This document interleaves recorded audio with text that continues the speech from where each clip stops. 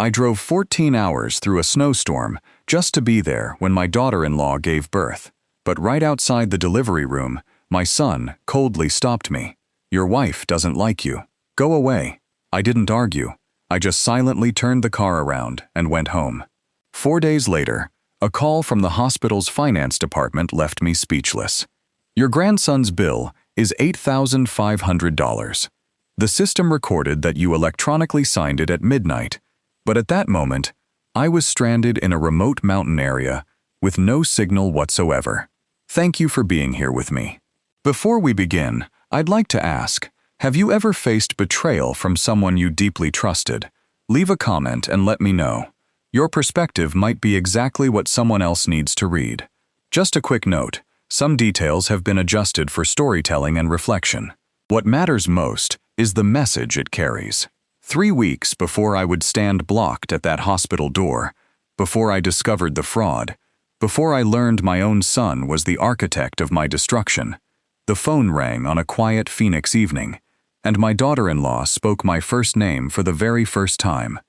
"Leland," Simone said, her voice soft and warm through the speaker. "The baby's due any day now. We'd love for you to be there when he arrives. You're going to be such an amazing grandfather. I'm Leland Madden, 52 years old, and I spent 3 decades as a financial crimes detective with Phoenix PD before retirement. I've interviewed cartel accountants, wire fraud artists, identity thieves who could forge a signature in their sleep. I know what a performance sounds like. I should have known. But for 3 years of marriage, Simone had called me Mr. Madden.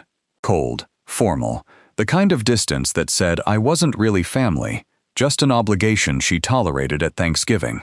My son Desmond, 28 years old, had married her in a courthouse ceremony I wasn't invited to, and every interaction since had felt like I was intruding on their perfectly curated life in Denver. Now, suddenly, she was calling me Leland.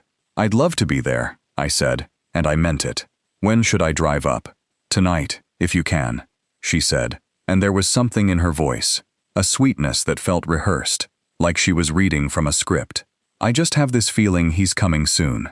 I want you here, Leland. Desmond does too." In the background, I heard a faint sound, a muffled voice. Male, too quiet to make out words. Probably Desmond, I told myself. Probably just talking to the dog. "I'll leave in an hour," I said. "Perfect." Her voice brightened. "Drive safely. We can't wait to see you." She hung up before I could ask if they needed anything. Before I could say I loved them. Before I could do anything but sit in my living room holding the phone and wondering when my daughter-in-law, 34 years old and usually colder than a February audit, had become so warm. I should have listened to that small voice in the back of my detective's mind. The one that said, "People don't change their patterns without a reason."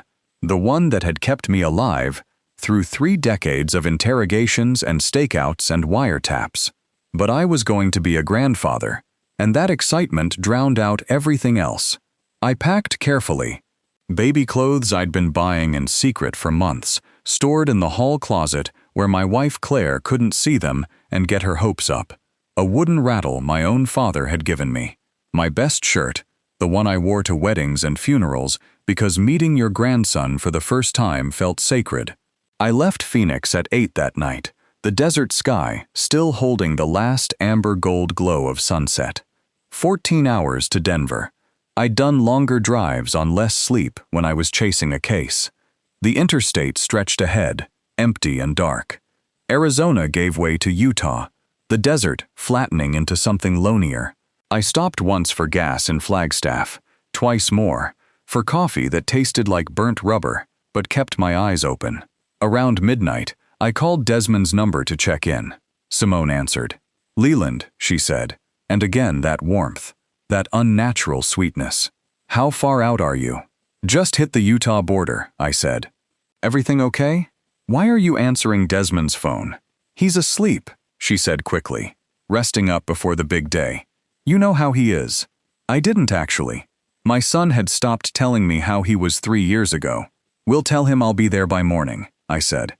"I will," she promised. "Drive safely, Leland. It'll all be worth it."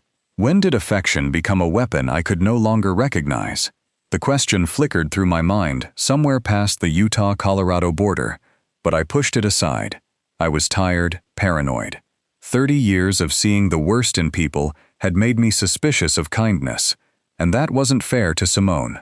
Maybe she'd changed. Maybe pregnancy had softened her. Maybe I was finally being led into the family I'd been locked out of. The mountains rose around me as the winter storm rolled in.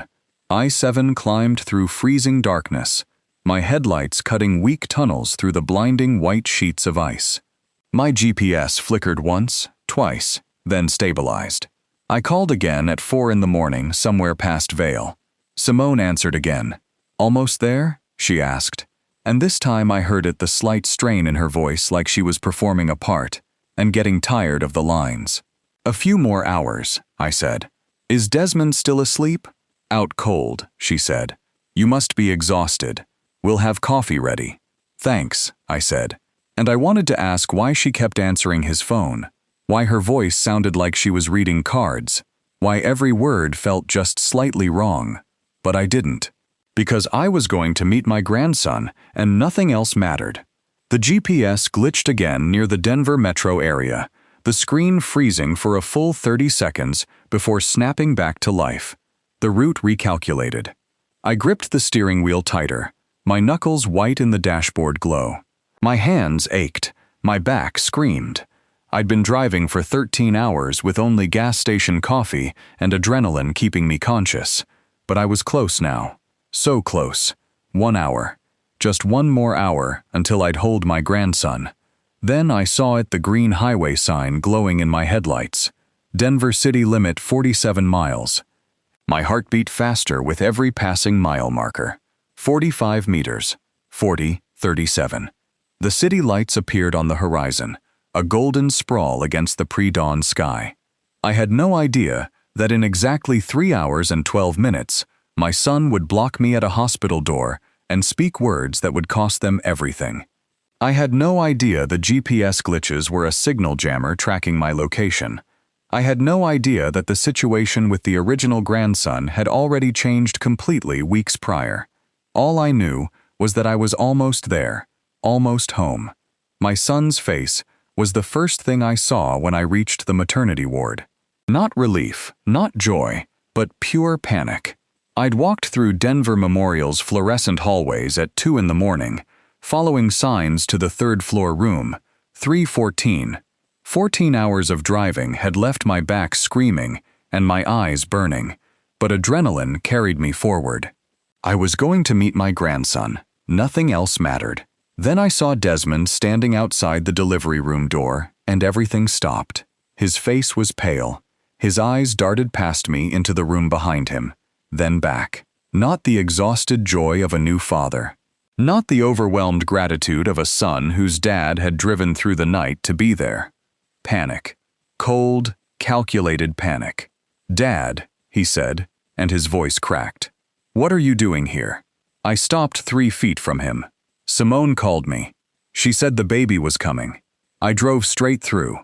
She highs. He glanced back into the room again, and I followed his gaze. Simone sat upright in the hospital bed, fully awake, no epidural haze, no exhaustion.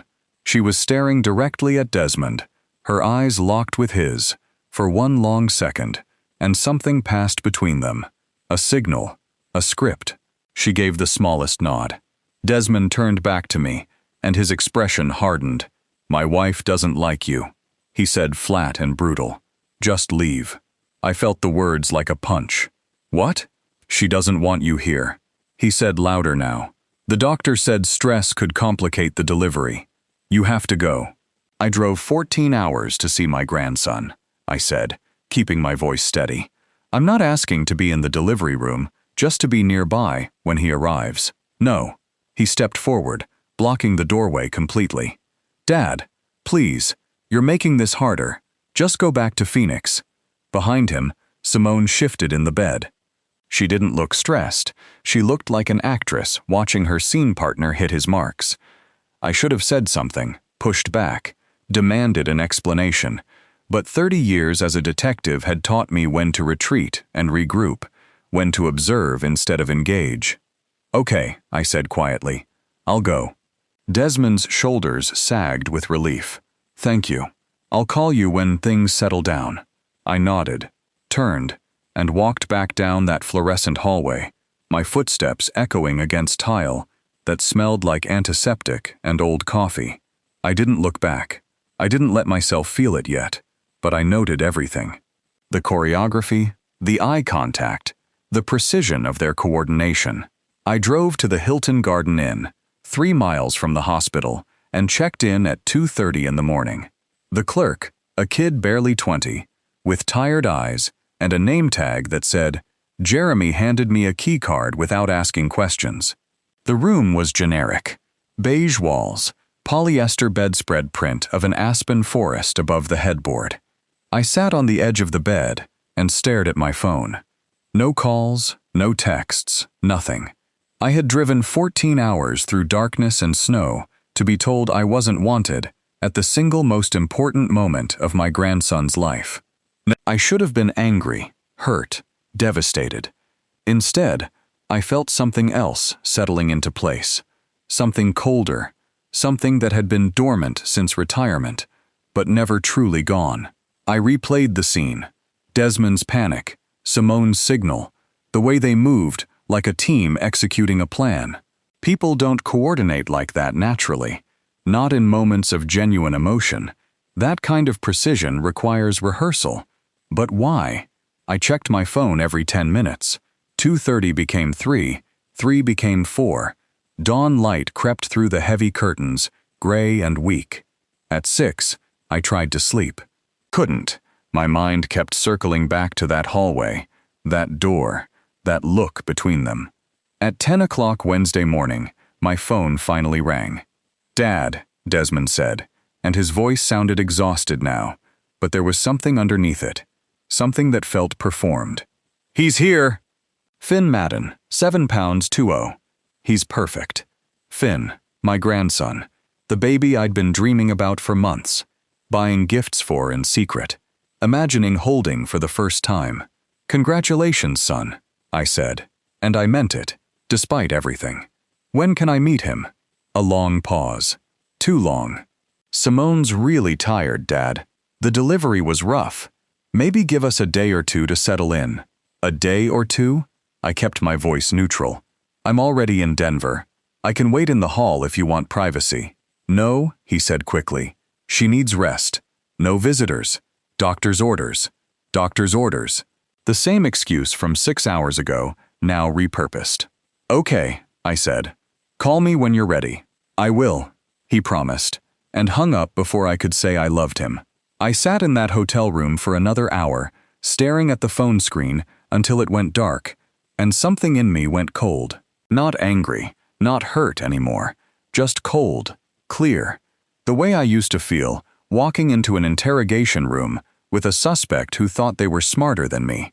Baby Finn, just hours old, lay in that hospital room, while I stood excluded, in the hallway my grandson used as a weapon I didn't yet understand. But I would understand, because in 30 years of financial crimes work, I'd learned to read patterns, follow the money, track the inconsistencies, and my son and his wife had just shown me their first mistake. They thought excluding me was the plan. They didn't realize exclusion was information. I stood up from that hotel bed and walked to the bathroom. The mirror showed a 52-year-old man with gray at his temples and lines around his eyes from 3 decades of squinting at evidence boards and forged signatures. I wasn't just a rejected grandfather anymore. I was a detective, and criminals always expose their flaws when they think they've already won. I splashed cold water on my face, dried my hands on the scratchy hotel towel, and pulled out my notebook, the same kind I'd carried for 30 years, wire-bound and palm-sized. On the first page, I wrote 3 words: timeline, behavior, money. Then I sat down to wait, because whatever my son and his wife were hiding, they would make another mistake. They always do, and when they did, I would be watching. Friday morning, I drove back to Denver Memorial unannounced. The notebook sat on my passenger seat, 3 words written on the first page. Timeline, behavior, money. Room 314 was empty sheets, stripped bassinet, gone. No trace that my grandson had ever existed there. I stood in the doorway, staring at the bare mattress. The antiseptic smell was the same, but the room where Finn had been born 3 days ago was now as impersonal as a hotel after checkout. A nurse walked past, noticed me standing there. The maternity ward nurse was a woman in her 40s, with tired eyes and a name tag that read Taylor. "Can I help you?" "The Madden family," I said. "Room 314. When did they discharge?" She checked the computer at the nurse's station. "Thursday evening around 7. "Thursday." Yesterday, they'd taken my grandson home without a word. I called Desmond. He answered on the 4th ring. "Dad, you took the baby home without even telling me." "Dad, Simone wanted to get home to her own space," he said. And I heard the script in his voice again. "She's been really anxious about germs and visitors." "I'm not a visitor, Desmond. I'm your father. I'm Finn's grandfather." A pause. Too long. Calculated. "I know," he said finally. "But the doctor said new mothers need time to bond without outside stress. She's asking for a month. Just a month to settle in, then you can visit." A month. They thought I would sit quietly for a month while they did what, exactly? "Okay," I said. "Call me when you're ready." I hung up before he could hear what I was thinking. This wasn't new mother anxiety. This was tactical isolation. I walked back to my car and started driving south. The return journey was nothing like the desperate overnight race 3 days ago. No excitement, no anticipation, just 14 hours of cold, methodical dissection. I replayed every detail. Simone's sudden warmth after 3 years of calling me Mr. Madden. The perfectly timed phone call. Desmond's panic when I arrived. The eye contact between them, that silent coordination, the GPS glitches in Utah. I'd dismissed them as mountain interference. But what if someone had been tracking me? I stopped at a rest area in Utah, the same one I'd passed on the way up, bought coffee from a vending machine, and sat at a picnic table in the thin mountain air. 3 months ago, something had happened, something I'd missed. Then it surfaced. The ceramic mug. Simone had sent it as a gift. A white mug with painted flowers and the words, "Family is forever" in blue script. She'd included a handwritten note, the first personal communication she'd ever sent me. "Leland," it had said, "I'm working on a family art project for the baby's nursery. Would you press your handprint into this clay and send it back? I want Finn to grow up surrounded by the people who love him." I'd been so moved I'd nearly cried. I'd pressed my palm into the wet clay, careful to get a clear print. Then my thumb, because she'd asked for thumbprints, specifically for the tree branches, her note had explained. I'd shipped it back to Denver the next day, now sitting at that rest stop with cold coffee and colder clarity. I thought, why did she need my fingerprint? In 30 years of financial crimes work, I'd seen biometric fraud 100 times. Fingerprints lifted from clay molds used to unlock phones, sign documents, authorize transfers. That ceramic mug was still sitting on my kitchen counter when I walked through my front door Saturday evening. She'd sent it back a month later, fired and glazed. I'd put it next to my coffee maker and thought about my grandson every morning. I'd never thought about what Simone had done with the clay mold. My neighbor, Rosa Madriel, 62, a retired elementary school teacher, with silver hair and a garden full of roses, waved from her yard as I pulled into the driveway. "How's the new grandbaby Leland?" she called. I forced a smile. "Beautiful. Just beautiful. When do we get to see pictures?" "Soon," I said, and carried my bag inside before she could ask anything else. The house was exactly as I'd left it.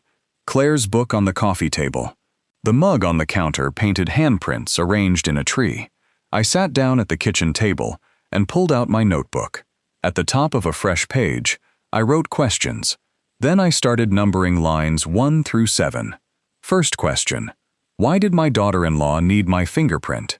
Second, why did the GPS glitch exactly when I was in a dead zone with no cell service? Third, Why did Simone call me Leland for the first time the same night she invited me to Denver? Fourth, why did they coordinate so precisely to exclude me from the hospital? Fifth, why discharge secretly, without notification? Sixth, why exactly 1 month of isolation? Seventh, what are they doing with that month? I stared at the list. In 30 years of financial crimes work, I'd learned that when someone steals your biometrics, they're planning to steal a lot more. I pulled out my phone and opened my banking app, checked my accounts, savings, checking, retirement. Everything looked normal, but I knew better than to stop there. Because whatever Desmond and Simone were planning, they hadn't needed me in Denver to do it. They'd needed me away from Phoenix, out of cell range, unreachable. 4 days ago, while I was driving through Utah with no signal, something had happened. I just didn't know what yet. The phone call came Sunday afternoon, while I was staring at those 7 questions, and the woman's voice was professional, almost apologetic. "Mr. Madden, this is Linda Kaufman, from Denver Memorial's billing department.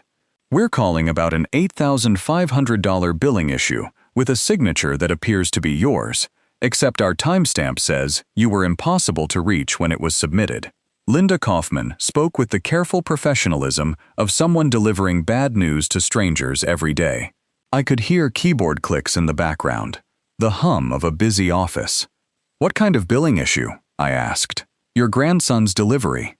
The insurance claim was denied due to a pre-existing condition exclusion, so the full hospital bill defaulted to the financial guarantor. That's you, according to the forms. But our records show the forms were submitted electronically on May 15th at 11:47 p.m. Can you confirm you signed these documents?" May 15th, the night I drove to Denver. I pulled up my phone's location history. "What time exactly?" I asked. 23:47, she said. I looked at my phone screen. May 15th, 2023, 41. My location pin showed me in the middle of nowhere, Utah, 8 hours into the drive, white-knuckling through a snowstorm on I-7 with 0 cell reception. At that exact minute, I said slowly, I was in a dead zone in Utah, with no phone signal. I couldn't have signed anything electronically. A pause. The keyboard clicking stopped. "I see," she said. "Mr. Madden, I'm going to need to escalate this to our fraud investigation team. Can you hold?"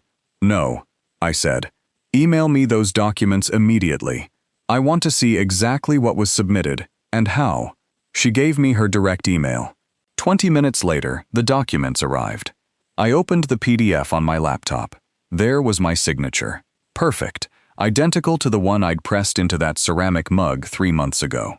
Digital scan. Clean edges, no tremor. Fingerprint authentication confirmed at 234733. I scrolled down to the security log.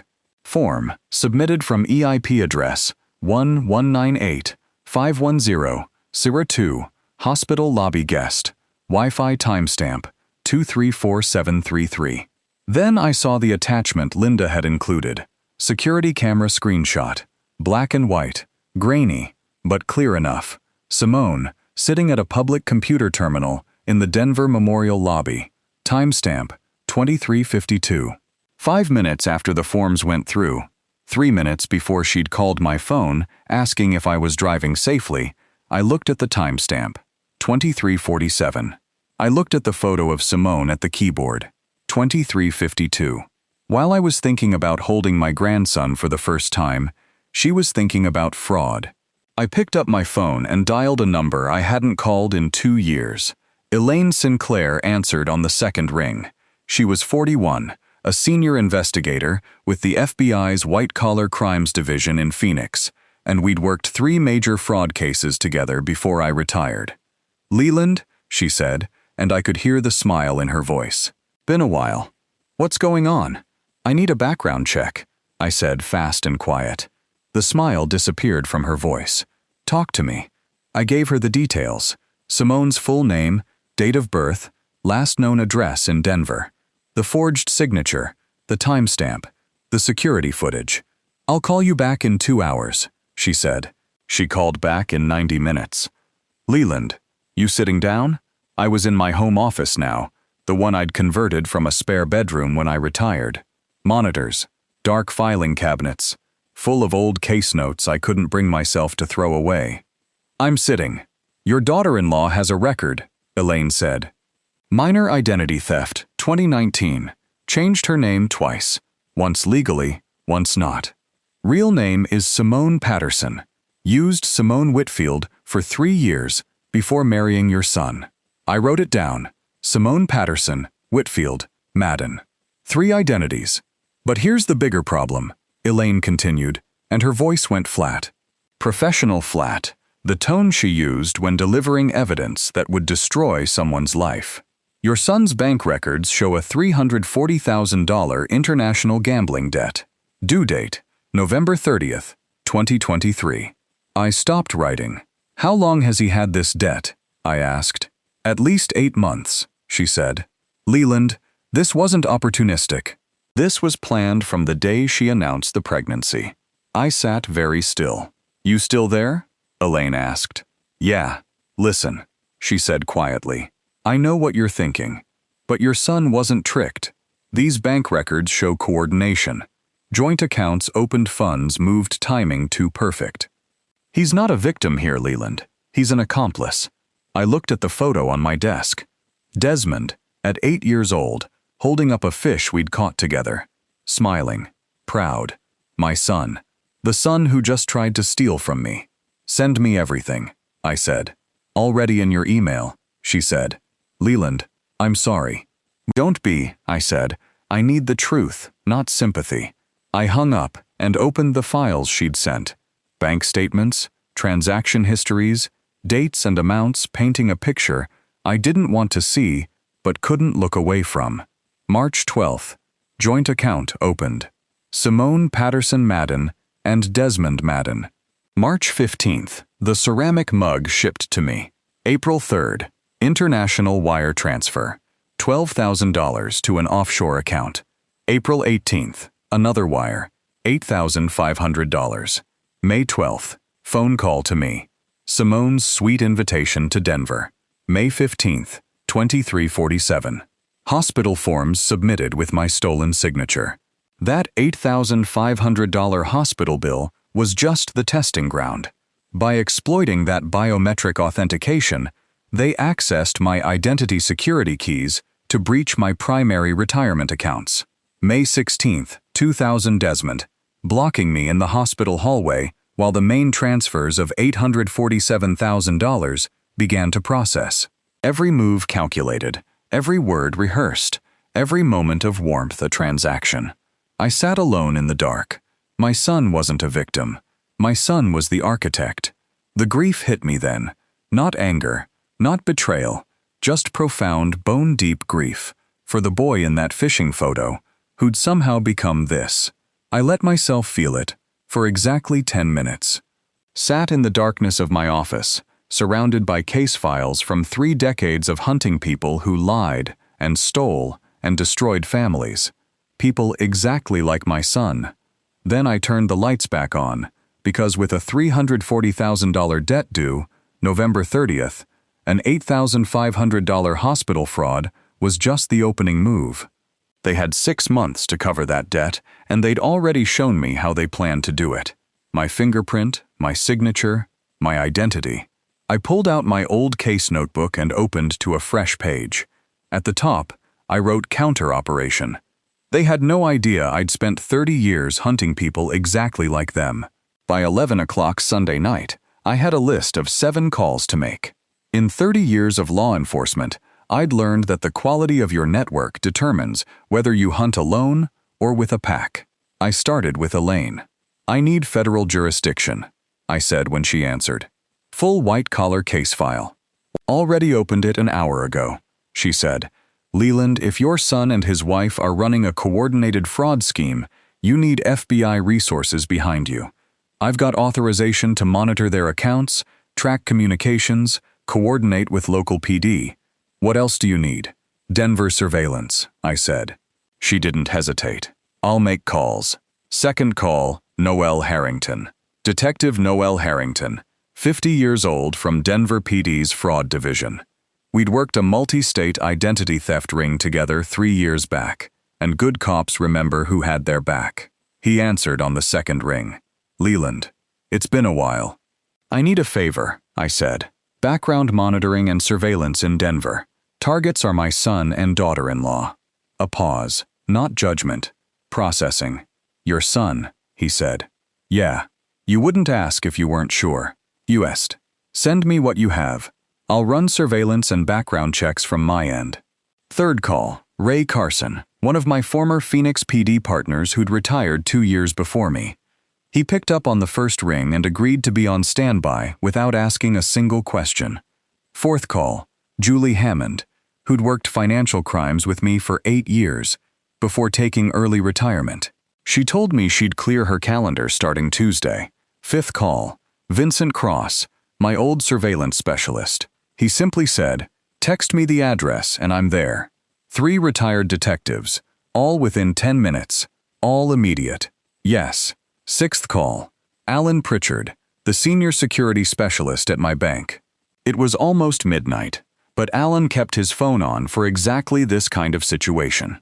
Leland, he said, what's wrong? I need the AI audio frequency system active on my accounts, I said. Any voice spoofing attempt.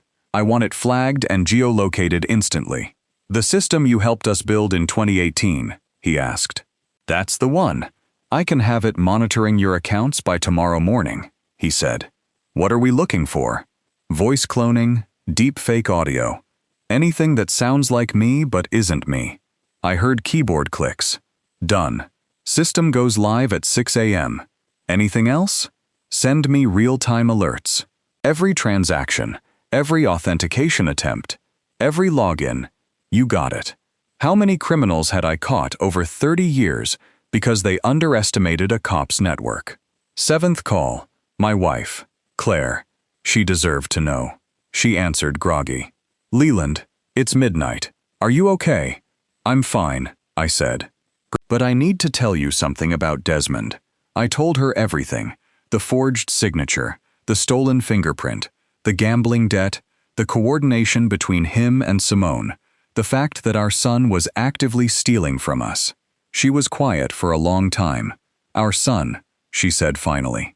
Yeah, what are you going to do? Stop him, I said. Document everything. Build a case. Let him walk into a trap of his own making. Another long pause. Do what you have to do, she said, and her voice cracked.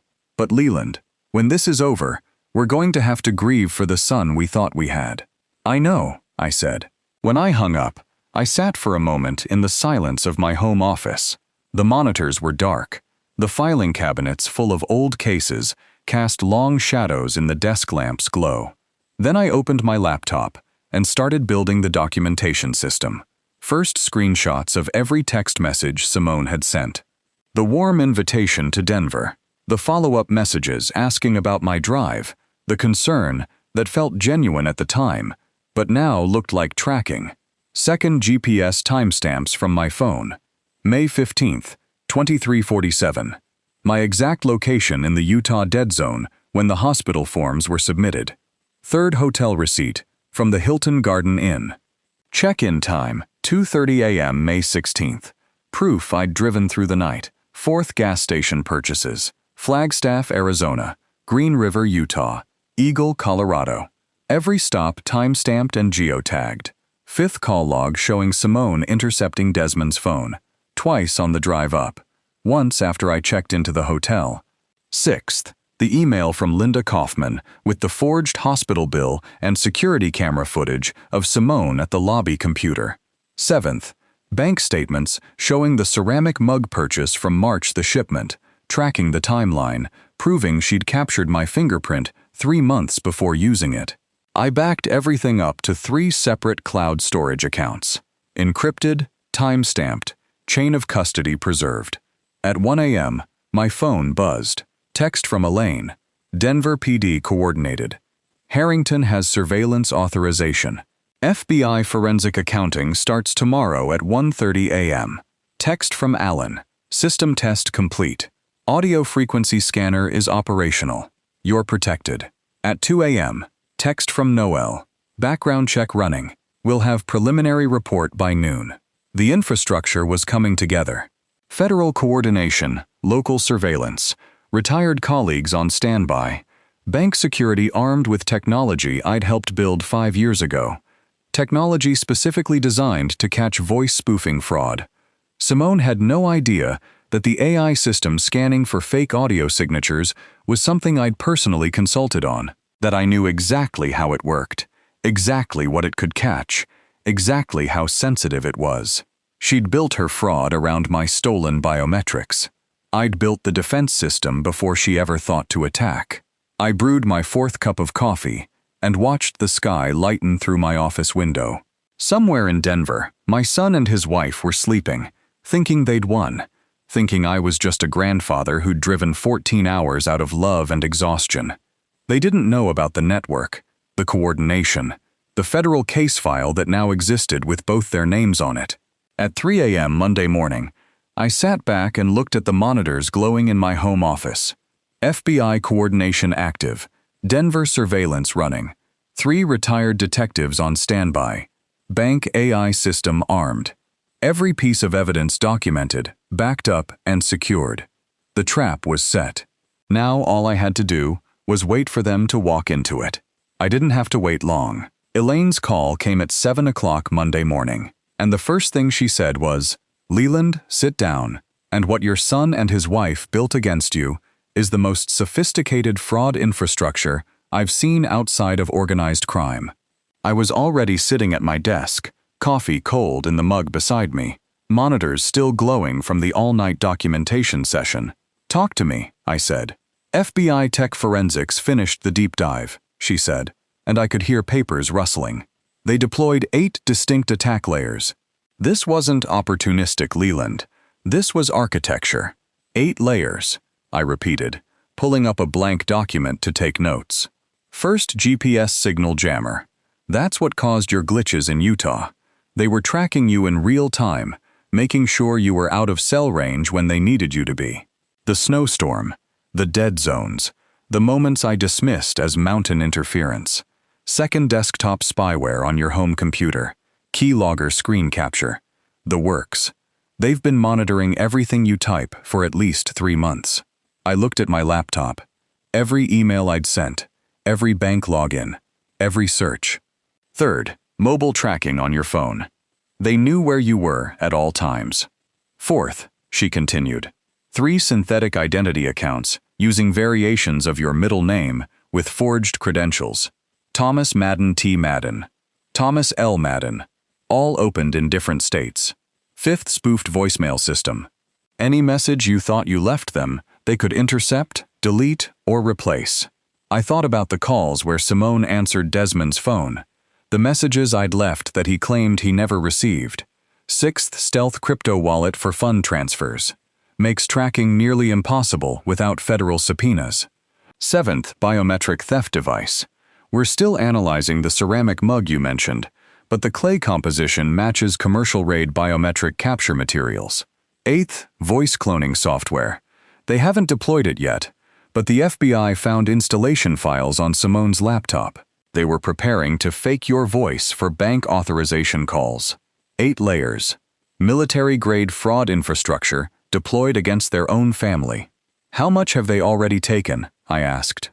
$23,000 over the past 2 months, flowing through intermediaries and ghost accounts. But Leland, she paused, the timeline is what kills me.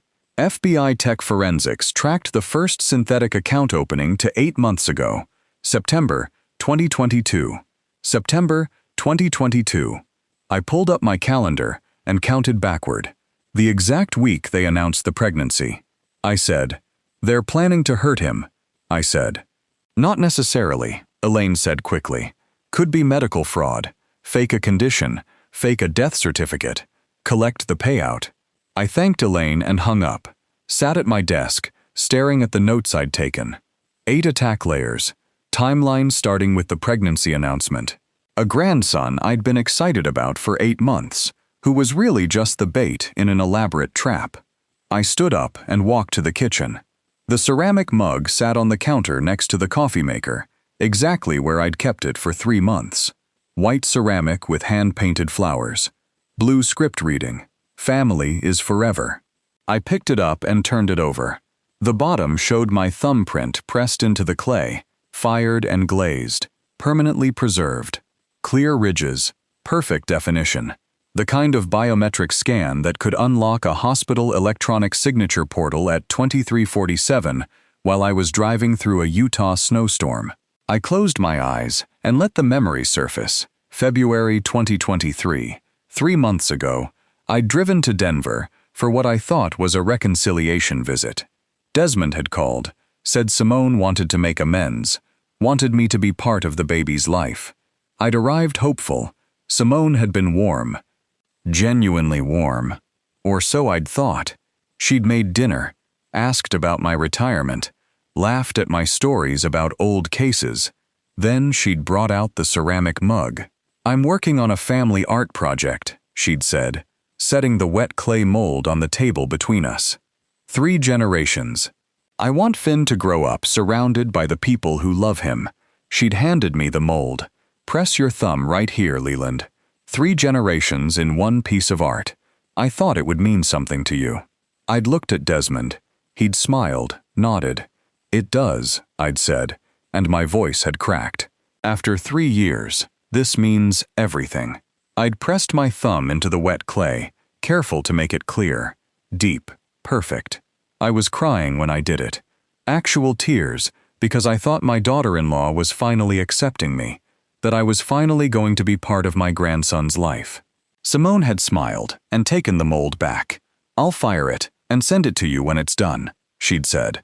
"So you can think about Finn every morning on." And I had every morning for 3 months I'd looked at that mug while drinking my coffee and thought about my grandson. Now I understood she wasn't thinking about art. She was thinking about timestamp 2347, about hospital authentication portals, about the exact pressure and angle needed to forge an electronic signature. The ceramic mug sat on my counter for 3 months. A beautiful lie I looked at every morning while drinking coffee. Evidence item 1. Biometric theft device, disguised as sentimental gift. February 2023. Used to forge hospital signature. May 15, 2023. 2347. I set the evidence bag on my desk next to Elaine's technical report. 8 layers of attack. $23,000 already stolen. A ceramic mug that weaponized my tears. And I had to ask myself if they exploited even the moments I felt loved. What else did I miss? I stared at my thumbprint through the clear plastic of the evidence bag.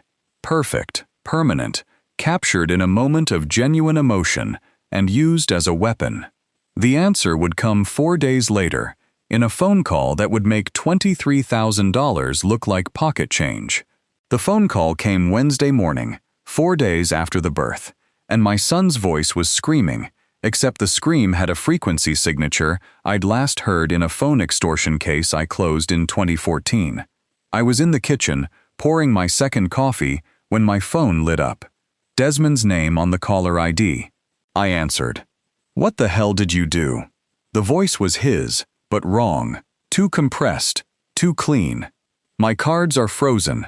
The account's locked. This is your fault. You called the bank, didn't you?" I stood very still and listened. The rage was perfect. The tone, the inflection, the way his voice cracked on the word fault. But underneath it, barely audible, was something else, a digital artifact, a filter signature. I'd heard it before. 2014, the Hernandez phone scam, extortion calls targeting elderly victims with deepfake audio of their grandchildren crying for help.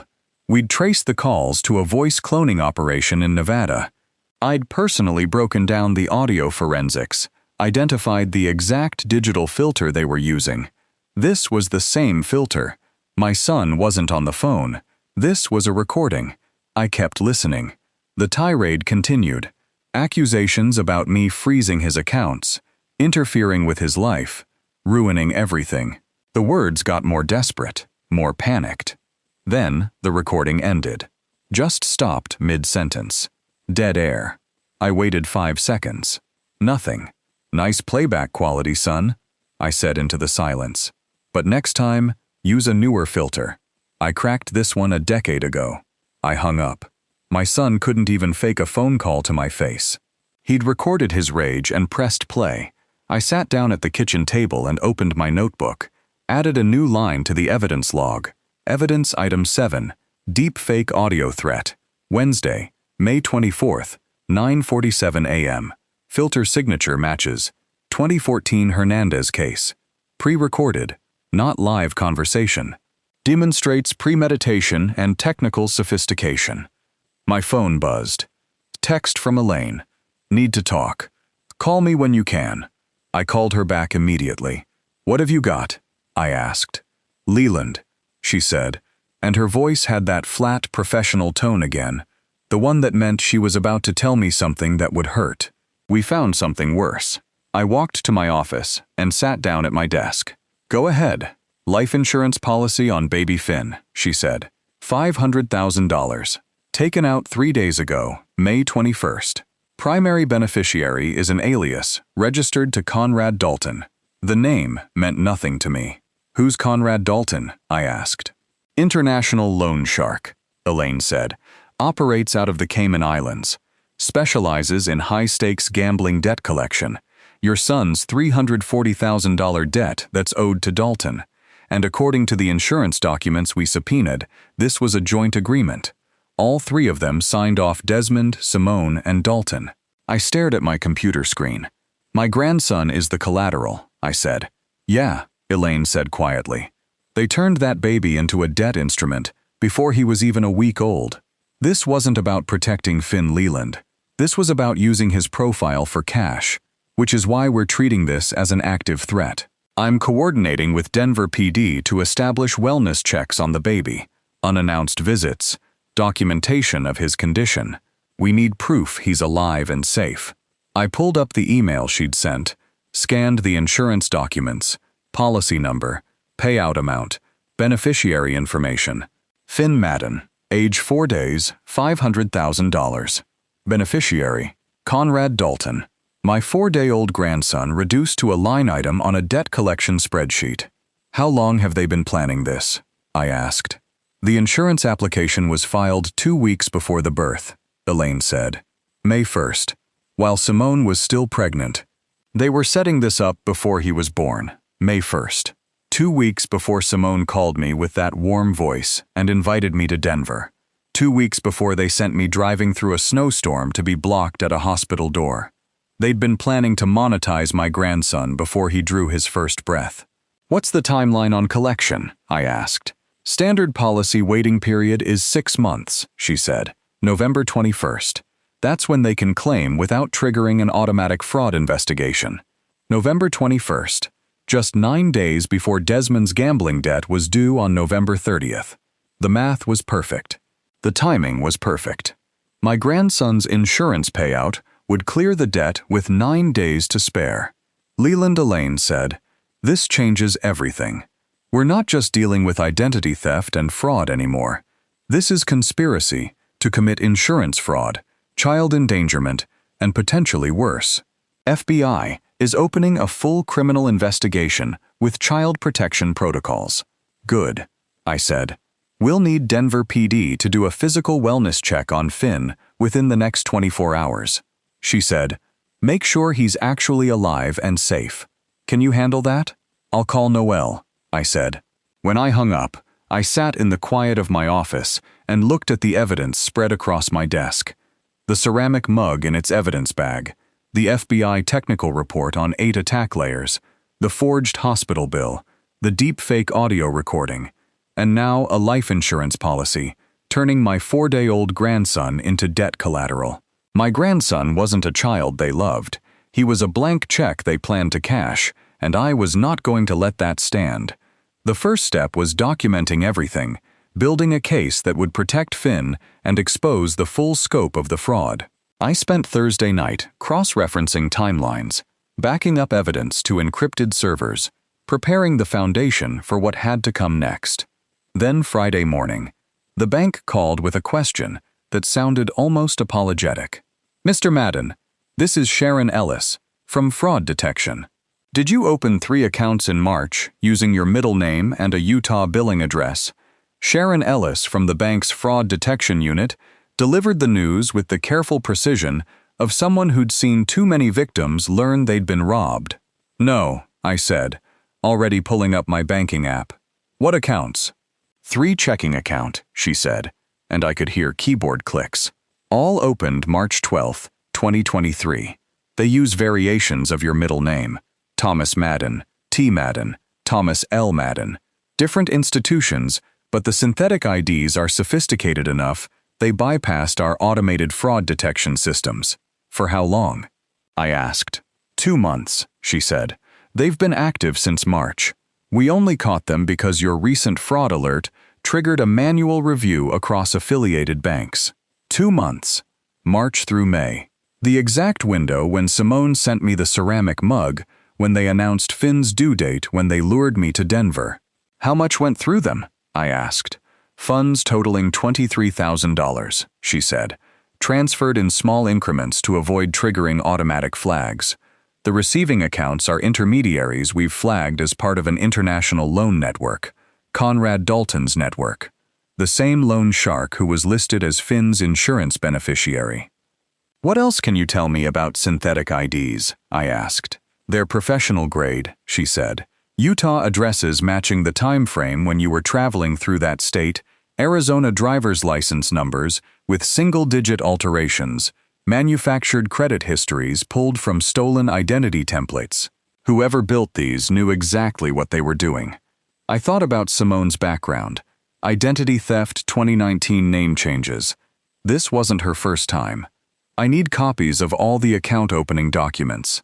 I said every form, every signature, every piece of identification they used, already flagged for the FBI.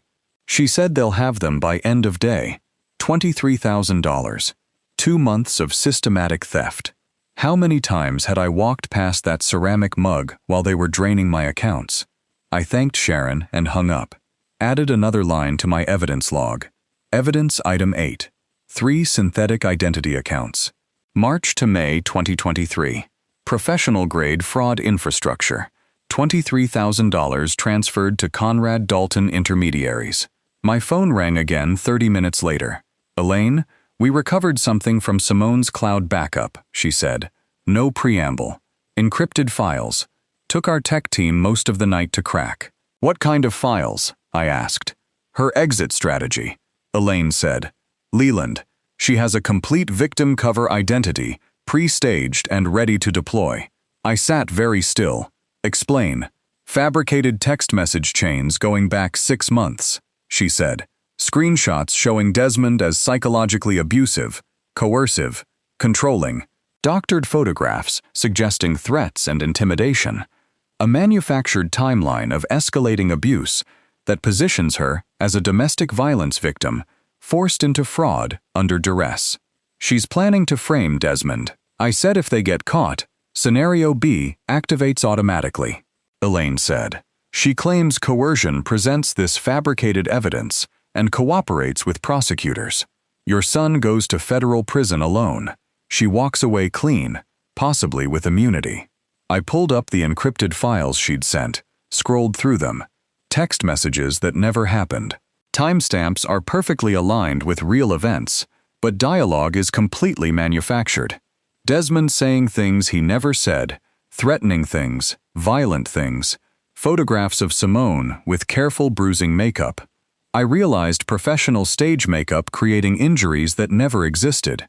Dated, documented, backed up across multiple cloud services. A journal, handwritten entries in Simone's precise script. He said if I don't help him, he'll hurt the baby. I have no choice. I'm so scared. All fake, all pre-planned, all designed to turn my son into evidence against himself. When did she create these? I asked. File metadata shows the earliest entries date to February, Elaine said. Before the ceramic mug, before the hospital fraud.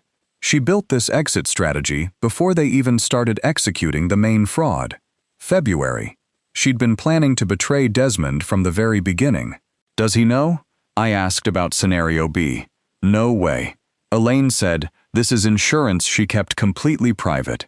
If your son had any idea she'd already positioned him as the sole defendant, he'd run or he'd testify against her. I said, "Exactly," Elaine said.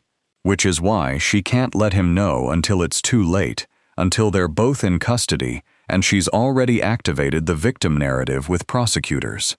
I thought about Desmond, about the deep fake phone call, about him screaming accusations through pre-recorded audio because he couldn't face me in real time. My son was weak, desperate, drowning in debt, and making catastrophic choices. But Simone was calculating, ruthless, building escape plans that turned her accomplice into her scapegoat. She built an escape plan that turned my son into evidence against himself. "There's more," Elaine said quietly. "The victim's cover identity includes testimony specifically about you." "Me?" "Yeah. In her narrative, Desmond forced her to target you because you're wealthy and elderly. She claimed she tried to protect you, tried to warn you, but he threatened her into compliance. Wealthy and elderly. I was 52 and living on a detective's pension. She's positioning herself as everyone's victim," I said. "Mine Desmond's the systems, and it's sophisticated enough it might work." Elaine said prosecutors see this kind of coerced spouse defense all the time. If she presents this evidence early, cooperates fully, she could walk with minimal charges while your son does 20 years federal.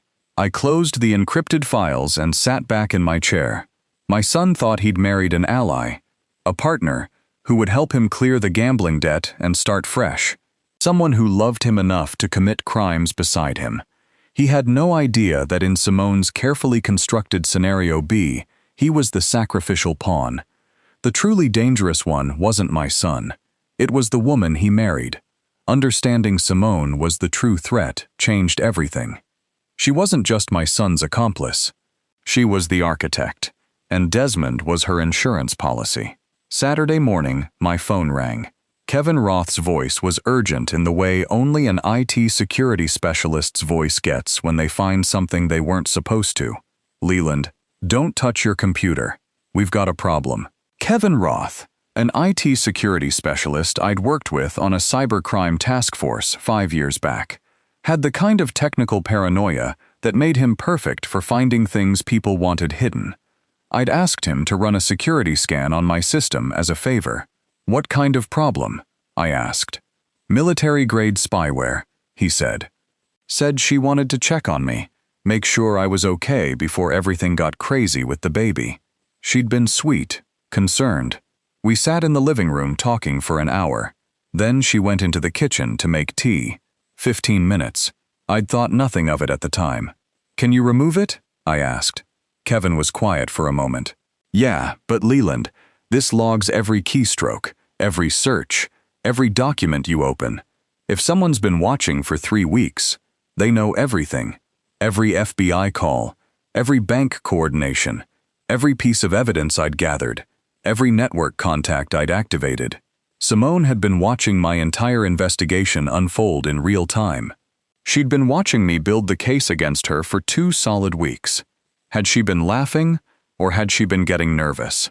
"Kevin," I said slowly, "don't remove it." "What?"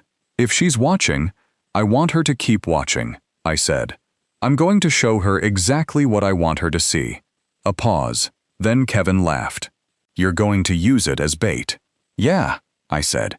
"Can you help me make sure she believes what she's seeing?" "Absolutely," he said. "What do you need?" I spent Saturday afternoon on the phone with Elaine, Alan, Pritchard, and Kevin, building the trap. The concept was simple. Create something Simone couldn't resist. Something valuable enough to pull them out of Denver and into my territory. Something that would make them think they'd won. A fake inheritance. Elaine helped me fabricate the documentation. A former police partner who'd passed away 6 months ago. Real person, real death, but no actual inheritance. We created attorney letters on official letterhead, bank statements showing a probate account, transfer documents ready for signature, $75,000. Enough to make a dent in that gambling debt. Enough to look like salvation. Alan set up the bait account at the bank. Any attempt to access it would be flagged, geolocated, and recorded. Real-time alerts to the FBI. Kevin helped me position everything perfectly. I left a printed check on my desk, clearly visible in my webcam frame. Opened the fabricated attorney emails where the spyware could log them. Made phone calls discussing the inheritance while sitting at my monitored computer. Sunday morning, I installed hidden wireless cameras in my living room and kitchen. Cloud backup automatic recording. The FBI would have access to every angle. Then Sunday evening, I opened my browser, typed slowly, deliberately, Phoenix real estate inheritance info, $75,000. Contact legal counsel in Denver. I knew 2 pairs of eyes were reading those exact words. I waited 30 minutes. Long enough for them to see it. Long enough for them to discuss it. Long enough for Simone to tell Desmond exactly what to say. Then I called my son. He answered on the 3rd ring. "Dad, Desmond," I said, keeping my voice warm. "Grandfather Lee, I have some excellent financial news to share. An inheritance from an old partner came through. $75,000. I know things have been tight with the new baby, and I'd love to discuss it with you and Simone. Maybe we could set something up for Finn's future." Silence. Not the immediate response I'd expect from someone who'd just heard about unexpected money. Not the natural reaction of a son hearing his father offer financial help. 3 full seconds of silence. Enough time to glance at someone across the room. Enough time for that someone to nod. Enough time for them to activate whatever script they'd prepared. When Desmond spoke again, the shift was instant. "Dad, that's wonderful news," he said, "and the sweetness could give you whiplash. You know what? Simone says she's feeling much better. The recovery's been faster than expected. We could drive down next Saturday morning if that works for you. Bring Finn so you can finally meet him properly." Finally, I met him as if they hadn't blocked me at the hospital door. As if they hadn't banned me for a month. "That would be perfect," I said. "I'd love to see my grandson." "Great," Desmond said, and I could hear the smile in his voice. The relief, the greed. "We'll leave early. Probably be there by 10:30. I'll text you when we're close. I'll make breakfast," I said. "Coffee pancakes. We can talk about the inheritance and how to handle the paperwork." "Sounds perfect, Dad," he said. "Really? Thank you." I hung up and sat very still. In 3 weeks, Simone had watched me coordinate with the FBI, watched me activate my law enforcement network, watched me gather evidence against them, and she'd decided the best response was to drive straight into my trap because she thought she was smarter. Though she was always 3 steps ahead, thought that knowing what I was planning meant she could counter it. She didn't realize that everything she'd seen was exactly what I wanted her to see. The fake inheritance, the careless check on my desk, the browser searches she could monitor, all bait. I texted Elaine. They took it, Saturday 10:30 a.m. Her response came 30 seconds later. "FBI will be in position by 9 Solve. Hidden surveillance, geo-tracking, audio monitoring. We'll have everything." I looked at the hidden camera in my living room, the spyware on my computer, the bait check on my desk. The trap was set, baited, and ready. All I had to do was wait for them to walk through my front door. Saturday morning, I made coffee and waited. The hidden cameras were active. FBI surveillance was in position 2 houses down. Alan had confirmed the bait account was armed. Everything was ready. Through my living room window, I watched my son's Honda Accord pull into the driveway at exactly 10:30 a.m. And for one suspended moment before the doors opened, I was just a grandfather waiting to meet his grandson, not a detective setting a trap for his own family. Then the moment passed. Desmond got out first, thinner than I remembered, pale dark circles under his eyes, like he hadn't been sleeping. He opened the back door and carefully lifted out a car seat carrier. Simone emerged from the passenger side. She looked recovered, refreshed. Her eyes scanned my house with the same calculating assessment I'd seen 100 times in suspects evaluating a target. I opened my front door before they reached it. "You made it," I said, smiling. "Come in." "Come in." Desmond carried the car seat inside, set it gently on my coffee table, and there he was. "Finn, can I?" I asked. Desmond nodded, not quite meeting my eyes. I lifted Finn carefully from the carrier. He stirred, made a small sound, then settled against my chest. Warm, solid, real. He's beautiful, I said, and my voice cracked despite everything. He looks just like you did, Desmond. Exactly like you. For a moment, just a moment, I saw something like pain cross my son's face. Then Simone touched his arm, and the expression vanished. We brought pictures, she said brightly. From the hospital. I know we were so overwhelmed those first few days, but we've been documenting everything now. I held Finn and played the role. Excited grandfather, oohing over baby photos, making coffee, offering breakfast. But I was also observing. Simone moved through my house with purpose, disguised as casual interest. She looked at the family photos on the wall, commented on the furniture, asked about the neighborhood, but her eyes were calculating. Assessment, asset valuation. Desmond barely spoke, sat on my couch with his coffee untouched, staring at his phone. Finn stirred in my arms, opened his eyes, clear, innocent Desmond's eyes from 30 years ago, and looked up at me. I understood in that moment that whatever I was about to do, I was doing it for him. He's so alert, I said. How's he been sleeping? Terrible, Simone said with a practiced laugh. Up every 2 hours. But that's just how babies are, right? Small talk, performance, the choreography of a normal family visit. 45 minutes in, I saw Simone glance at the hallway leading to my home office. The office where I deliberately left the inheritance paperwork visible on my desk. Would you mind if I used your restroom? She asked. Down the hall, second door on the left, I said. She disappeared, was gone for 3 minutes. When she came back, her expression was carefully neutral, but I saw the shift in her eyes. She'd seen the documents. 10 minutes later, she took the bait. Leland, she said, settling onto the couch beside Desmond. Desmond mentioned something about inheritance that's so generous of you to think about Finn's future. I looked up from where I was gently rocking Finn. Well, it was unexpected. An old partner from the force passed away last year, and apparently he left me a portion of his estate. $75,000. That's incredible, Simone said, and her voice had that same sweetness from the phone call that had lured me to Denver. What are you planning to do with it? I'm not sure yet, I said. I was thinking about Finn. Maybe setting something up for his education or helping you two with a larger expense. You might be planning house down payment, something like that. Simone leaned forward. That would be amazing. We've been talking about getting out of the apartment, finding something with a yard for when Finn starts walking. We'd need to set up the trust properly, I said, watching her carefully. The lawyers handling the estate want financial documentation from any beneficiaries. Tax purposes. You know how it is. Of course, Simone said quickly. Too quickly. Whatever you need. We can get you bank statements, tax returns, whatever the lawyers require. Desmond was staring at his coffee, silent. I held Finn a little closer. They stayed for another hour. Simone asked about the inheritance process twice more. Desmond took exactly 2 photos with his phone and spent the rest of the time looking like he wanted to be anywhere else. When they finally left, Simone gave me a warm hug. Desmond managed a weak handshake. We'll call you next week about those documents, Simone said from the driveway. Thank you so much for thinking of Finn's future.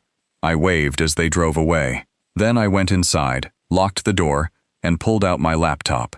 The hidden camera footage played back in perfect high definition. Simone in my hallway slipping into my off office for 30 seconds, photographing the inheritance documents with her phone. Desmond on the couch sending a text message. She's buying it. And there, when I'd stepped into the kitchen to pour water, the muffled sound of a high five and Simone's whispered laugh. Easy money. I watched the footage 3 times. Then I pulled out my phone and looked at the photo Simone had taken before they left. Me holding Finn, his tiny fingers wrapped around my thumb, my grandson looking up at me with complete trust. I stared at that photo for a long time. Every word they'd spoken was recorded. Every glance, every whispered conspiracy, already uploaded to FBI servers, already being analyzed and cataloged as evidence. But none of that changed what I felt when I looked at Finn's face. I held his tiny hand tight in that picture. And I knew no matter what happened next, no matter how the trap closed or what it cost, I would protect this child. The moment their car turned the corner, I locked the front door and pulled the bracelet from my pocket. The hidden cameras had recorded everything I needed. Simone's whispered laugh, the high five in the kitchen doorway, 30 seconds in my office, photographing inheritance documents she believed were real. FBI servers already had the footage. The trap had closed exactly as planned, but the bracelet was something else.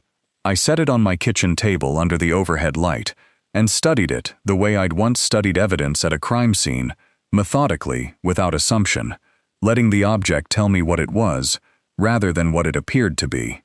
It was supposed to be delicate infant jewelry, something light, decorative, safe for a baby to wear. I placed it on my kitchen scale, 7 ounces. Standard infant bracelets weighed less than 2, more than 3 times the normal weight, for something meant to sit on a newborn's wrist. I turned it over. The casing was thicker than decorative silver had any reason to be. The clasp mechanism was more complex than a simple safety latch required. Nothing visually obvious, no exposed components, no blinking indicators, but the construction had the deliberate density of something built to conceal technology rather than display beauty. Nothing these people did was random. The ceramic mug hadn't been sentiment, the warm phone calls hadn't been reconciliation, and this bracelet hadn't been accidentally dropped on my couch cushion. It was planted. But why leave surveillance in my house after I'd already activated FBI coordination?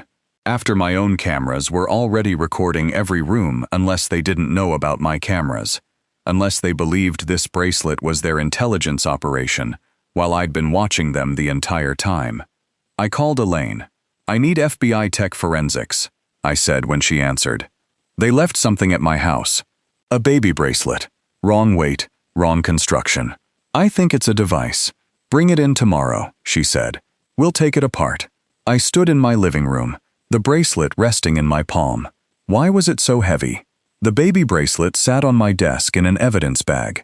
Its abnormal weight to question, I couldn't yet answer. But I didn't have to wait long for other answers to start falling into place. Elaine's call came Saturday night at 9:47 p.m., and I knew before she said a word that the forensics had come back exactly as I'd predicted. The ceramic mug was the smoking gun. "FBI forensics confirmed at Leland," she said without preamble.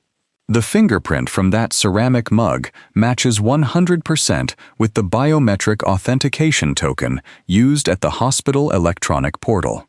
Timestamp, May 15th, 2023:47. I sat very still at my desk. The ceramic mug was 3 rooms away in its evidence bag, but I could picture it perfectly. The painted flowers, the blue script reading, "Family is forever." My thumbprint is preserved in fired clay. 3 months, I said.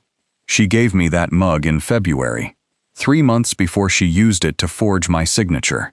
"This wasn't opportunistic, Leland," Elaine said. "This was infrastructure.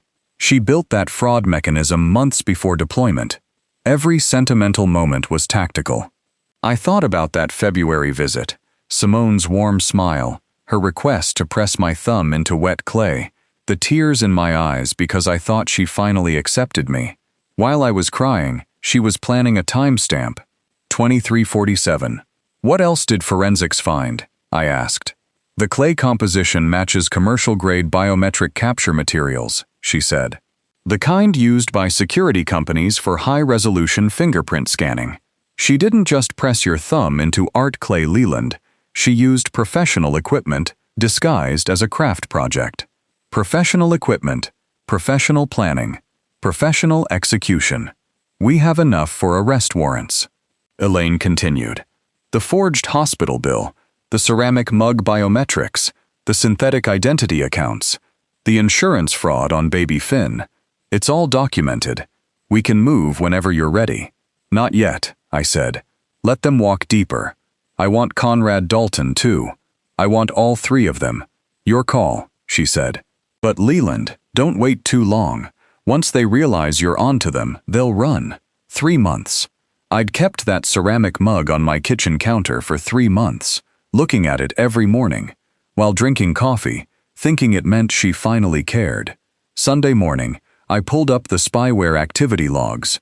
Kevin had set up the monitoring system to track everything.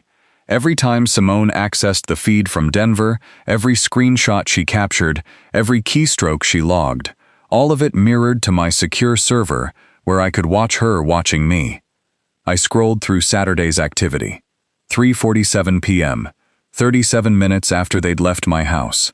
Access logged from Denver IP address. Screenshot captured. I opened the image file, my home office desk, the angle from my webcam, and there, clearly visible in the frame, was the bait check I'd left positioned perfectly. $75,000, made out to estate of Thomas Brennan, my fabricated inheritance. She'd photographed it, captured every detail, the account number, the routing number, the signature line. I kept scrolling through the logs. 4:03 p.m. Encrypted message sent from Simone's laptop to an IP address Elaine had already flagged as belonging to Conrad Dalton's network. I called Elaine. "Did you intercept the message?" I asked. "Already on it," she said. "Photo of your bait check attached." Message reads, "Can your guys forge and wash this Tuesday work?" Response came back 16 minutes later. Tuesday, 2 p.m. Brood Awakening usual table. Bring the photo. And 50 up front. Brood Awakening Cafe in Denver. Tuesday at 2 p.m. I had the location. I had the time. I had the date. "What's 50 up front?" I asked. $50,000, Elaine said. "Down payment for Conrad's forgery services. They're planning to have him create a duplicate check, run it through his money laundering network, and split the proceeds. Do you have warrants ready?" I asked. "Federal and state," she said. "The moment Conrad Dalton touches that forged check in a public place, we have him on conspiracy to commit bank fraud. Add Simone and Desmond to the same scene, and we can arrest all three simultaneously." I pulled up a map of Denver, found a Brood Awakening cafe. Street view showed a corner location with large windows, multiple exits, high foot traffic area. "Surveillance setup?" I asked. "No one's coordinating with Denver PD. Elaine said, "We'll have plainclothes agents inside posing as customers, cameras on every angle, audio recording. The moment they exchange that check, we move." "There's one more thing," Elaine said. "We're still analyzing the baby bracelet you turned in. Tech team says it's definitely a device. GPS tracker combined with audio transmitter military grade. They're working on extracting any recorded data, but preliminary analysis shows it's been active for at least 2 weeks. 2 weeks since before Finn was even born. They were planning to leave it here," I said. "Track my movements. Listen to my conversations. Know when I was home, when I was out, who I talked to." "Yeah," Elaine said. "And the GPS would have helped them time a burglary. Know exactly when your house was empty." I thought about holding Finn, about his tiny fingers wrapped around mine, about the bracelet that was supposed to be delicate infant jewelry, but was actually a surveillance device they'd planted in my home. Every gift was a weapon. Every gesture was tactical. Every moment of warmth was cover for theft. Tuesday, 2 p.m. I said Brood Awakening Cafe. "That's when we end this 72 hours. Elaine confirmed. "We'll be ready." I sat back and looked at the monitors glowing in my office. Tuesday, 2 p.m. Brood Awakening Cafe in Denver. I had the location. I had the time, and the FBI had warrants ready to execute the moment Conrad Dalton touched that forged check. The trap I'd baited through the spyware, the exact surveillance tool she'd installed to watch me, was now a 72-hour countdown to federal arrest. But between Sunday morning and Tuesday afternoon, there was one more piece of the puzzle I needed to understand, and it would be the piece that changed everything. That missing puzzle piece arrived Monday morning, with the kind of urgency that meant the timeline just collapsed. Ella's voice on the phone. "Leland, they're running one-way tickets to Costa Rica Wednesday morning, the day after the cafe meet." I was in my office, coffee halfway to my mouth. I set it down carefully. Tell me, I said. FBI travel surveillance flagged airline reservations booked late Sunday night. She said, Desmond and Simone Madden, departing Denver International, Wednesday, June 7th, at 6:35 a.m. One way to San Jose, Costa Rica. No return tickets booked under their real names. Wednesday morning, the day after, they were supposed to meet Conrad Dalton at the cafe Tuesday afternoon. The plan was crystal clear. Get Conrad's cash Tuesday, flee the country Wednesday, before anyone realized what happened. If we wait too long after the Tuesday meeting, they'll vanish, I said. We need to take all three at the exchange inside the cafe. I agree, Elaine said, but that means timing it perfectly. We let them hand over the forged check, get it on camera, then breach from both cafe entrances simultaneously. We'll have Conrad on federal forgery charges, then on conspiracy to commit bank fraud. What about Finn? I asked. If we arrest them both, who takes custody? CPS will be on standby, she said. Denver Child Protective Services. They'll take temporary custody until family placement is determined. Family placement, meaning me? Meaning I'd be taking custody of my grandson while his parents went to federal prison. Warrants are ready? I asked. Signed this morning, Elaine said. Federal and state. Noel's coordinating with Denver Tactical. We'll have plainclothes agents inside the cafe posing as customers' cameras on every angle, audio recording. The moment that forged check changes hands, we move Tuesday at 2 p.m. I said that's the last window. Zero margin for error. Agreed, Elaine said. After that, they're ghosts. When I hung up, I sat very still. 29 hours. Everything I'd built, the surveillance, the bait, the coordination, came down to one cafe meeting in Denver. One moment, when all three of them would be in the same room with federal evidence in their hands. Before I tell you what happened when she tried to use my own voice against me, comment A, if you think she realizes it's a trap, or B, if she's still confident, add one reason why in 5 to 10 words. Quick note, the next part includes some adapted technical details for narrative impact. Monday afternoon, I was in my kitchen making lunch when my phone rang. The bank, Mr. Formadden. This is Carol Dixon, from Fraud Prevention, the voice said. Carol Dixon, the bank teller handling the call, executed the stall protocol perfectly, keeping the caller talking long enough for the AI system to lock onto the voice signature. We received a wire transfer request for $75,000. The voice authentication is flagging as synthesized. We're keeping the caller on hold, per your security protocol. Simone, using voice cloning technology, trying to steal the fake inheritance before they even got to the cafe meeting. Keep her talking as long as possible. I said the AI scanner will pinpoint her location, already running. Carol said she's getting impatient, asking why the transfer is taking so long. I pulled up my laptop, logged into the bank's security interface. The AI audio frequency scanning system, the one I'd helped them design back in 2018, was already active. Red alert flashing on screen. Voice synthesis detected. Analyzing frequency signature. Geolocating source. I watched the screen. The system was doing exactly what I'd built it to do. Analyzing the digital artifacts in Simone's cloned voice.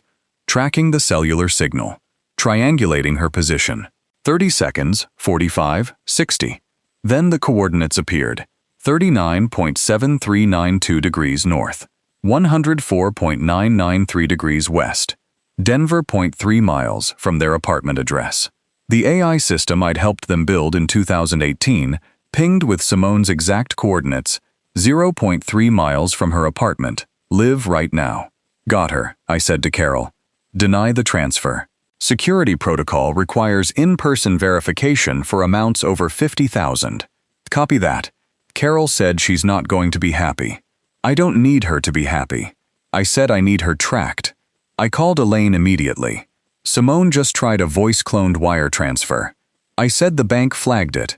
The AI system geolocated her to coordinates 39.7392 degrees north, 104.993 degrees west. That's 0.3 miles from their Denver apartment. She's getting desperate, Elaine said. I tried to grab the money before the cafe meeting. Smart. If the wire worked, they could skip Conrad entirely, fly to Costa Rica with clean cash. Except the system I helped design caught her. I said the exact technology she tried to use against me. The irony wasn't lost on either of us. I'm feeding those coordinates to Denver Tactical. Elaine said we'll have eyes on their apartment until Tuesday. I sat back in my kitchen chair.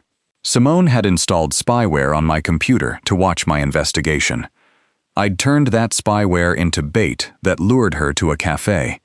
She tried to use voice cloning technology to steal from me. I'd used the AI system I personally built to track her to within 0.3 of a mile. Every weapon she deployed, I'd already built the countermeasure. Monday evening, I made dinner. Ate slowly, cleaned up, checked the monitors one more time. FBI tactical units positioned in Denver. Warrants signed, bank accounts frozen. Every piece of evidence compiled, backed up and secured. The ceramic mug in its evidence bag. The baby bracelet with its hidden transmitter. The spyware logs showing every screenshot Simone captured. The intercepted messages to Conrad Dalton. The board was set. I woke up Tuesday at 5:30 a.m. The countdown had begun. Less than 9 hours until the cafe meeting. Less than 9 hours until I watched my son get arrested. The bracelet wasn't evidence. It was a weapon, and that realization came as I sat at my kitchen table in the pre-dawn darkness, coffee untouched, staring at my phone. The baby bracelet was still at the FBI lab, still being analyzed, but I already knew what they'd find. Simone had left it deliberately, planted it, like she'd planted everything else. The spyware, the ceramic mug, the forged documents, every gift was a trap. Every gesture was surveillance. My phone buzzed. "Claire, you're awake," she said. "Couldn't sleep anymore," I said. "Today's the day. Are you ready?" she asked. "I've been ready for 3 weeks," I said. "The question is whether they'll all show up." "They will," Claire said quietly. "Greed always shows up." I thought about Desmond, about the son I'd raised, about the man who'd turned my grandson into an insurance policy, and my grief into a business model. "Tomorrow at 2 p.m., I said. "Be ready for the call. The moment they're in custody, I'll let you know." "What if they run?" she asked. "They won't," I said. "They think they've already won. That's when people make mistakes."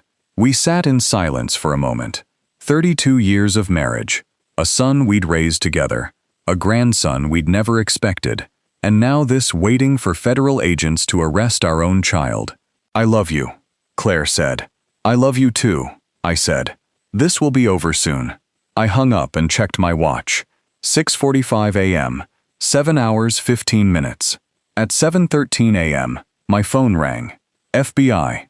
"Mr. Madden, this is Dr. Aaron Vaughn, from the FBI Technical Analysis Unit." The voice said Dr. Vaughnman was 41, an FBI technical analyst specializing in surveillance equipment, and he spoke with the kind of clinical precision that came from years of taking apart devices people thought were hidden. "We've completed the analysis on the infant bracelet you submitted." "What did you find?" I asked. "It's a military audio transmitter," he said. 600-yard range GPS locator integrated into the casing. High-quality stuff. Government contractor surplus. Military grade, not a baby accessory. A surveillance device designed for covert operations. Manufactured when I asked. "Serial number traces to a 2019 production run," he said. 4 years ago, long before your grandson was born. "How long was it active?" I asked. "Based on battery degradation and log files, we extracted approximately 17 days, he said. "Active recording from the moment it entered your residence." 17 days. The bracelet had been recorded since they visited my house. Every conversation, every phone call, every word I'd said to Claire, to Elaine, to the FBI. 17 days. Every sob, every prayer, every time I said Finn's name, recorded, cataloged, analyzed for exploitable details. "Thank you, Dr. Vaughn," I said. "Send the full report to Agent Sinclair." "Already done," he said. "Good luck today." I set my phone down and stared at the wall. For 3 weeks, I'd been building this case, documenting evidence, coordinating with the FBI, setting the trap. But until this moment, until I understood that they'd recorded 17 days of my grief to sell to the next victim, I'd still been operating from a place of hurt, of betrayal, of a father trying to stop his son from destroying himself. Now, sitting in my kitchen at 7:30 a.m. on the day of the arrest, I felt something different. Not hurt, not betrayal, not even anger, just cold, precise operational focus. I called Elaine. The bracelet analysis came back, I said. Military-grade surveillance. 17 days of active recording. 6 other families targeted with the same methodology. Jesus, Elaine said quietly. I'm done being sad, I said. I'm ready to execute. Units are in position, she said. Denver Tactical has the cafe under passive surveillance. Plane agents will enter at 1:30 p.m. and take positions. Null's coordinating breach protocol. The moment Conrad hands over that forged check, we move. What about Finn? I asked. The baby CPS is on standby, she said. Pediatric emergency placement specialists will take custody immediately after arrest. You'll be contacted within 2 hours for family placement evaluation. Family placement evaluation. Clinical language for, you'll be taking custody of your grandson while his parents go to federal prison. I'm ready, I said. 2 p.m., Elaine confirmed. Brood Awakening Cafe, Denver. This ends today. I looked at my watch. 11:47 a.m., 2 hours 13 minutes, until the cafe meeting. I pulled out my phone and texted Elaine. I'm green. Let's move. Her response came 30 seconds later. All units confirmed. See you on the other side. I sat very still in my kitchen. The board was set.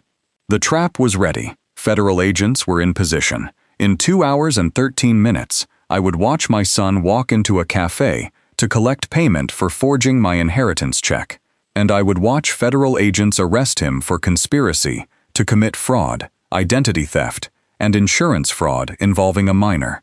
My grandson would become my son.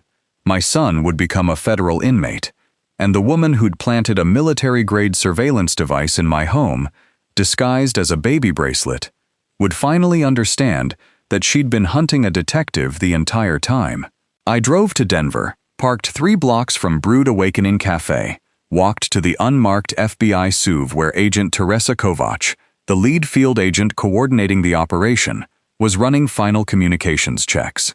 She was early 40s, tactical precision, and every movement voice calm and steady through the earpiece. 18 minutes early, I watched the cafe door like an investigator keeps eyes on a crucial stakeout.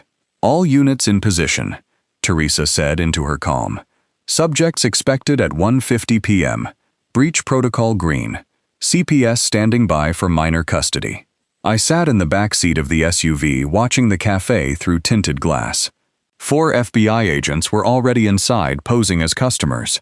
2 at the counter, 2 at separate tables. Body cameras are active. Audio recording live. Noel's Denver PD unit staged 2 blocks away. Backup if things went wrong. Everything was ready. Vehicle approaching, Teresa said. Honda Accord Colorado plates match registered vehicle. I watched Desmond's car pull into a parking spot across the street. Saw him get out. Saw Simone emerge from the passenger side. Saw her open the back door and lift out a car seat carrier. A baby. Teresa spoke into her calm. Confirm visual information on infant. Running facial recognition. 30 seconds.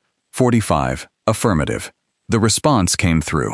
An infant boy approximately 5 months old. Registration confirms the child registered under their names recently. This is the baby they are using as financial collateral. She'd brought her own child to use as a prop to recreate the exact emotional optics of a grieving family, to make the scam look legitimate if anyone was watching. They're using the baby as cover, I said quietly. Teresa nodded. Exploitation of a minor. That's another federal charge. I watched them cross the street.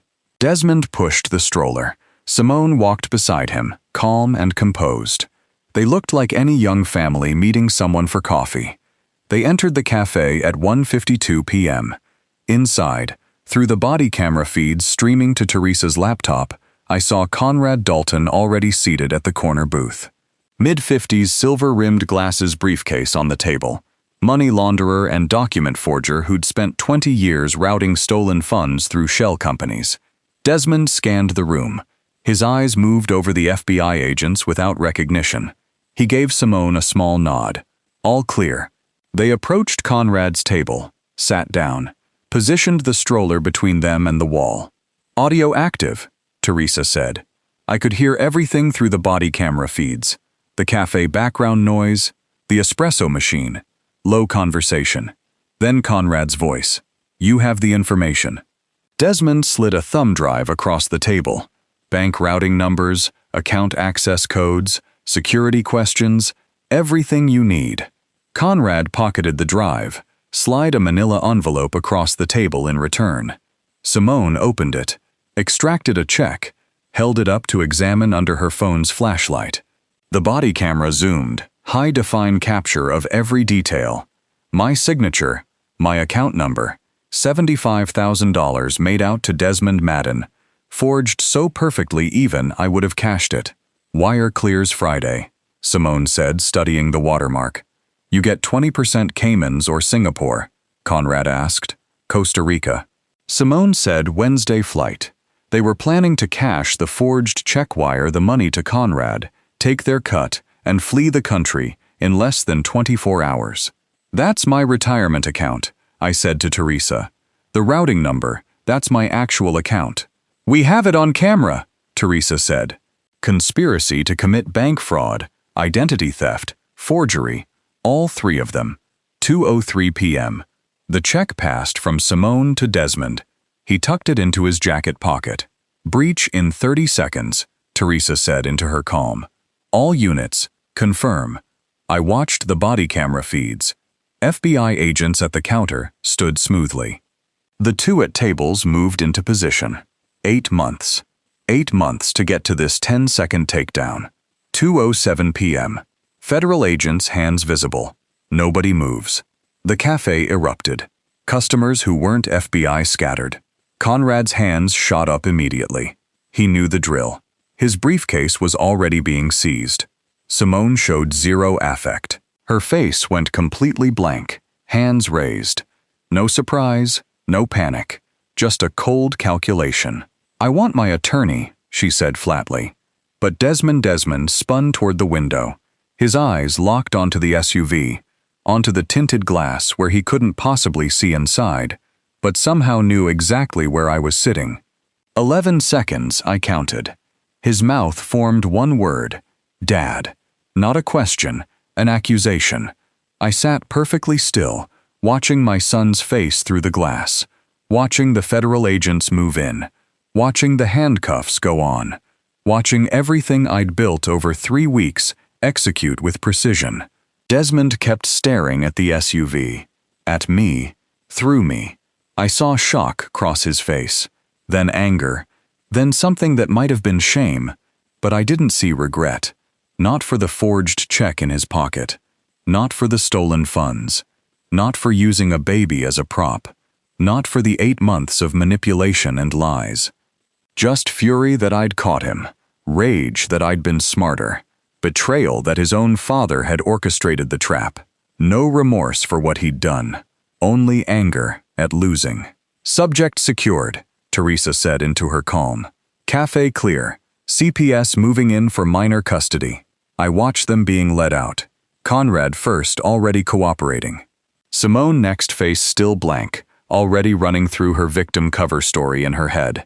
Desmond last, still staring at the SUV, still mouthing words I couldn't hear. The baby, the innocent boy they claimed was Finn, was lifted carefully from the stroller by a CPS worker, checked over, wrapped in a warm blanket, and carried to a separate vehicle. Another innocent child pulled into their machinery. "You want to go inside?" Teresa asked quietly. I shook my head. "No, I've seen enough." My son stared through the glass as they loaded him into the federal transport vehicle. I saw shock, anger, shame, everything I'd prayed for when I started building this case. But I didn't see regret. Not for Finn, not for the families they'd targeted, not for what they'd done. just fury that I'd beaten them. That cut deepest. 37 minutes after arrest, my son threw his wife under the bus. The FBI moved all 3 suspects to Denver Police Headquarters' 4th floor interrogation wing. Agent Kovac led me to an observation room with monitors showing 2 separate interview suites. Desmond on the left screen, Simone on the right. Both had attorneys. Both looked composed. That lasted 90 seconds. "She coded everything," Desmond said, leaning forward with hands flat on the metal table. His attorney touched his arm in warning, but he shook her off. I didn't know it was a fraud until March. By then, we were in too deep. On the right monitor, Simone was already crying. Real tears this time, not the practiced grief from the hospital. He coerced and threatened me when I refused to help. "Look," she slid her phone across the table to the FBI interrogator. Agent Kyle Brennan, former NIP detective turned FBI interrogation specialist, picked up the phone and studied it for 3 seconds. "Your bruise photos are stock images from a 2019 Ukrainian abuse site," he said flatly. "Next lie." Simone's tears stopped like someone flipped a switch. Beside me, Agent Kovac opened a tablet showing a split-screen comparison. Simone's phone photos beside the original stock images, with metadata timestamps, pixel-perfect matches. "They practiced this," Kovac said quietly. "Separate betrayal narratives in case of arrest. Each positions themselves as the victim, the other as the architect." "How long did you know?" I asked. "Day 2 of surveillance. Standard criminal partnership exit strategy. First one to flip gets the better deal. Neither realizes we've got them both cold." On the left screen, Desmond's attorney whispered urgently in his ear. He pulled back, addressing the camera directly, as if he knew I was watching. "My father will understand," he said. "He was a cop. He knows how these things spiral." 28 years I had worn the badge. 28 years teaching him that justice meant accountability, that the law protected the innocent, and he thought I'd understand fraud, identity theft, exploiting family tragedies for profit. Kovac touched my shoulder, once brief and grounding, then stepped out. For the next 40 minutes, I watched my son and his wife systematically destroy each other. Desmond produced bank statements showing Simone's name on the Costa Rica property lease. Simone countered with email chains, proving Desmond purchased the voice cloning software. Both claimed the ceramic mug, the one with my fingerprints they'd forged onto hospital documents, was the other's idea. Agent Brennan let them talk occasionally, sliding exhibits across the table. 22 forensic reports total, bank transfer logs with both their digital signatures, voice clone metadata showing Desmond's laptop as origin point. Conrad Dalton's signed testimony detailing their 3-year partnership, complete with dates, dollar amounts, and photographs. But the exhibit that finally answered the question burning in my chest, where that innocent baby had come from, was the confidential report from the social worker. "The baby isn't a stranger, Leland," Agent Kovac said, her voice softening as she pointed to a birth record on the screen. "His real name is Leo. He's the son of Simone's younger cousin, a 19-year-old single mother outside Denver who was struggling with severe postpartum depression. In April, when the cousin realized she couldn't care for him, Simone offered to take him in under the guise of family charity. In reality, your son and Simone immediately used the boy's physical existence to impersonate your deceased grandson, setting up the $500,000 insurance scam to clear Desmond's Kiowa debt. The cousin had no idea she was handing her child creming, over to a criminal syndicate. The others involved fabricated medical files and online fundraising campaigns. Grieving families started fundraising, and your son and daughter-in-law offered to manage the accounts just to drain them. Yours was the first time they tried a full insurance identity swap. How much recovered? Conrad's Cayman account had $17,000 when we froze it this morning. Down payment on restitution. The rest is scattered across crypto wallets and shell corporations. We'll get some back, not all."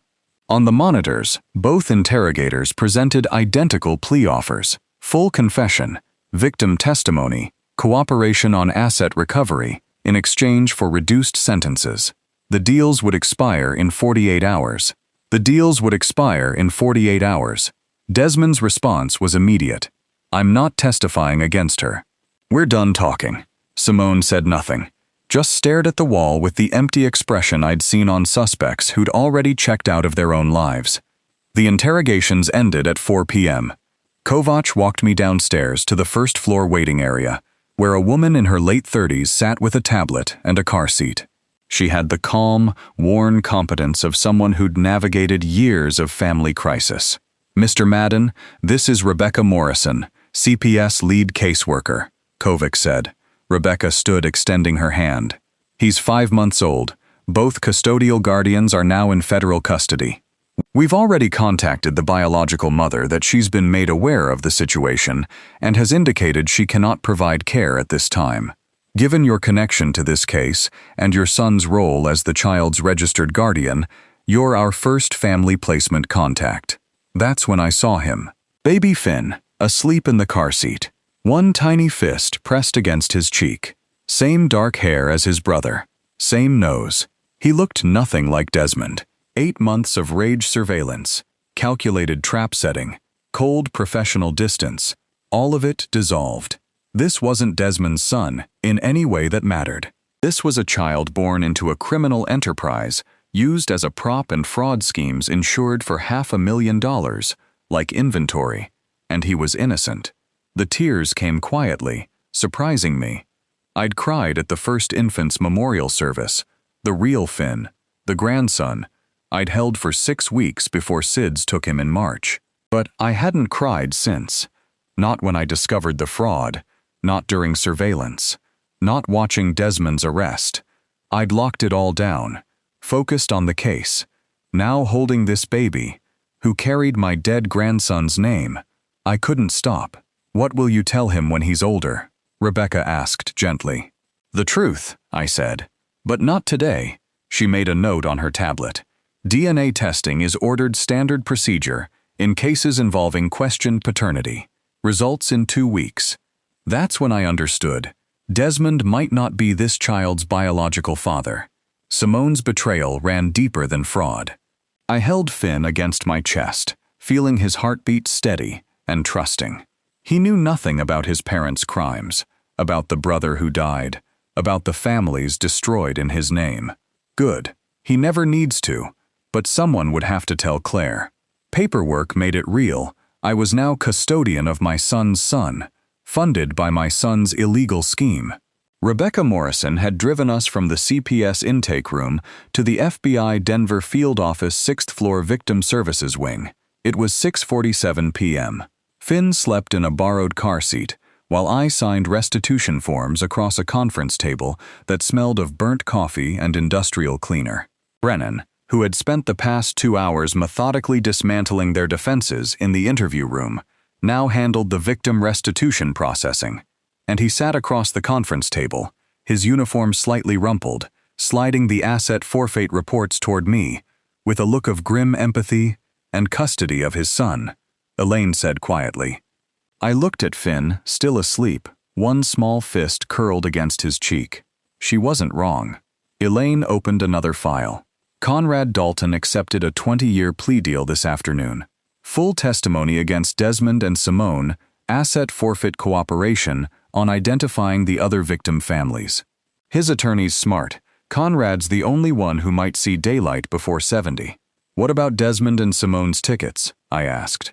The Costa Rica flights. Elaine hesitated, then pulled up a document on her tablet. Do you really want to see this? Yes. She turned the screen toward me. 2 airline confirmations. Desmond Madden, Simone Madden. One way to San Jose, Costa Rica, departing June 3rd, 2 days after they'd planned to cash the forged $75,000 check. 2 adult tickets, no infant fare, no baby seat reservation. They were going to leave him. The words on the screen blurred. I'd known they were criminals, fraudsters, people who'd weaponized their own son's death for profit. But this was abandonment, with a one-way ticket and a burner phone leaving a 5-month-old baby to become a ward of the state while they sipped cocktails on a beach, 1,200 meters south. CPS would have taken custody within 72 hours of their disappearance. Elaine said, "We found the tickets during the arrest warrant execution.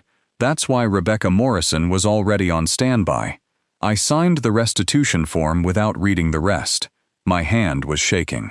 By 8:15 p.m., Rebecca had helped me check into a Quality Inn 3 blocks from Denver Police Headquarters.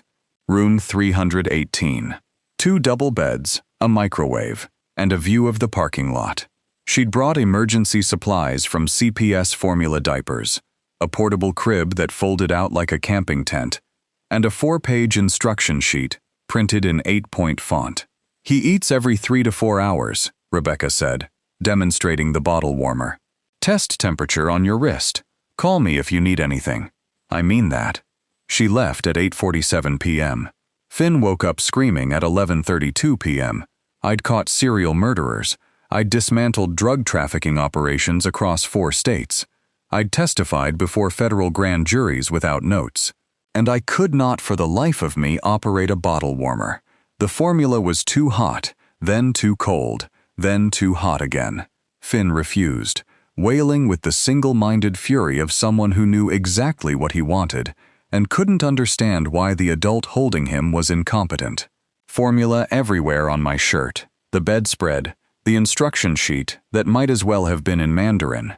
"Your grandmother would know what to do," I muttered to the screaming baby.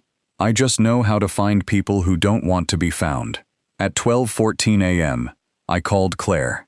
She answered on the second ring, her voice thick with sleep and worry. "Leland, what's wrong?" "He won't eat. I've tried 3 times.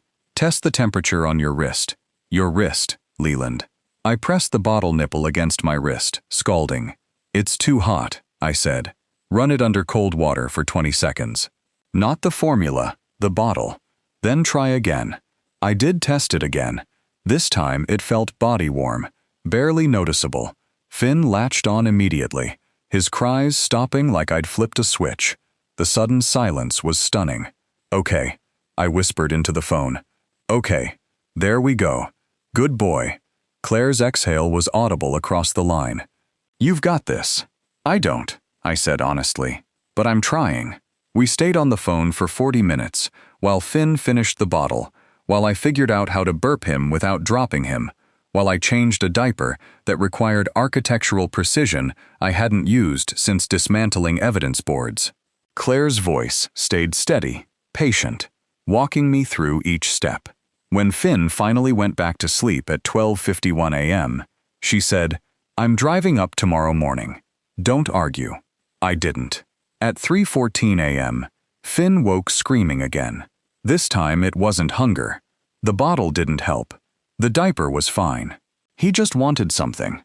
Comfort, presence, proof that someone was there.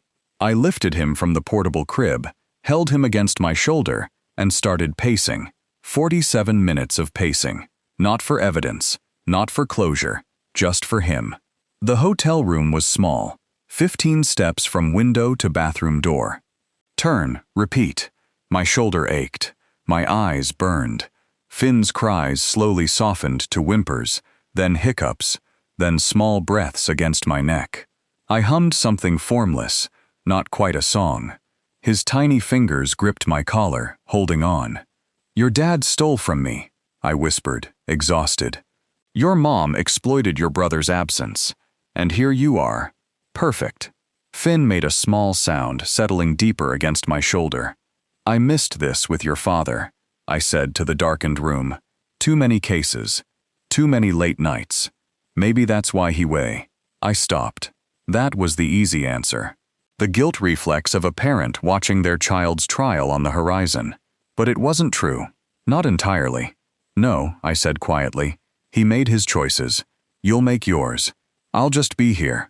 At 3:14 a.m., Finn, finally asleep in my arms, I understood this wasn't about salvaging my son's wreckage. This was about not failing the next generation. Late, but better than never. Morning would bring Claire and the hardest conversation of our marriage. She'd held Finn for 47 minutes without speaking, just rocking him, while I packed the emergency supplies Rebecca Morrison had provided.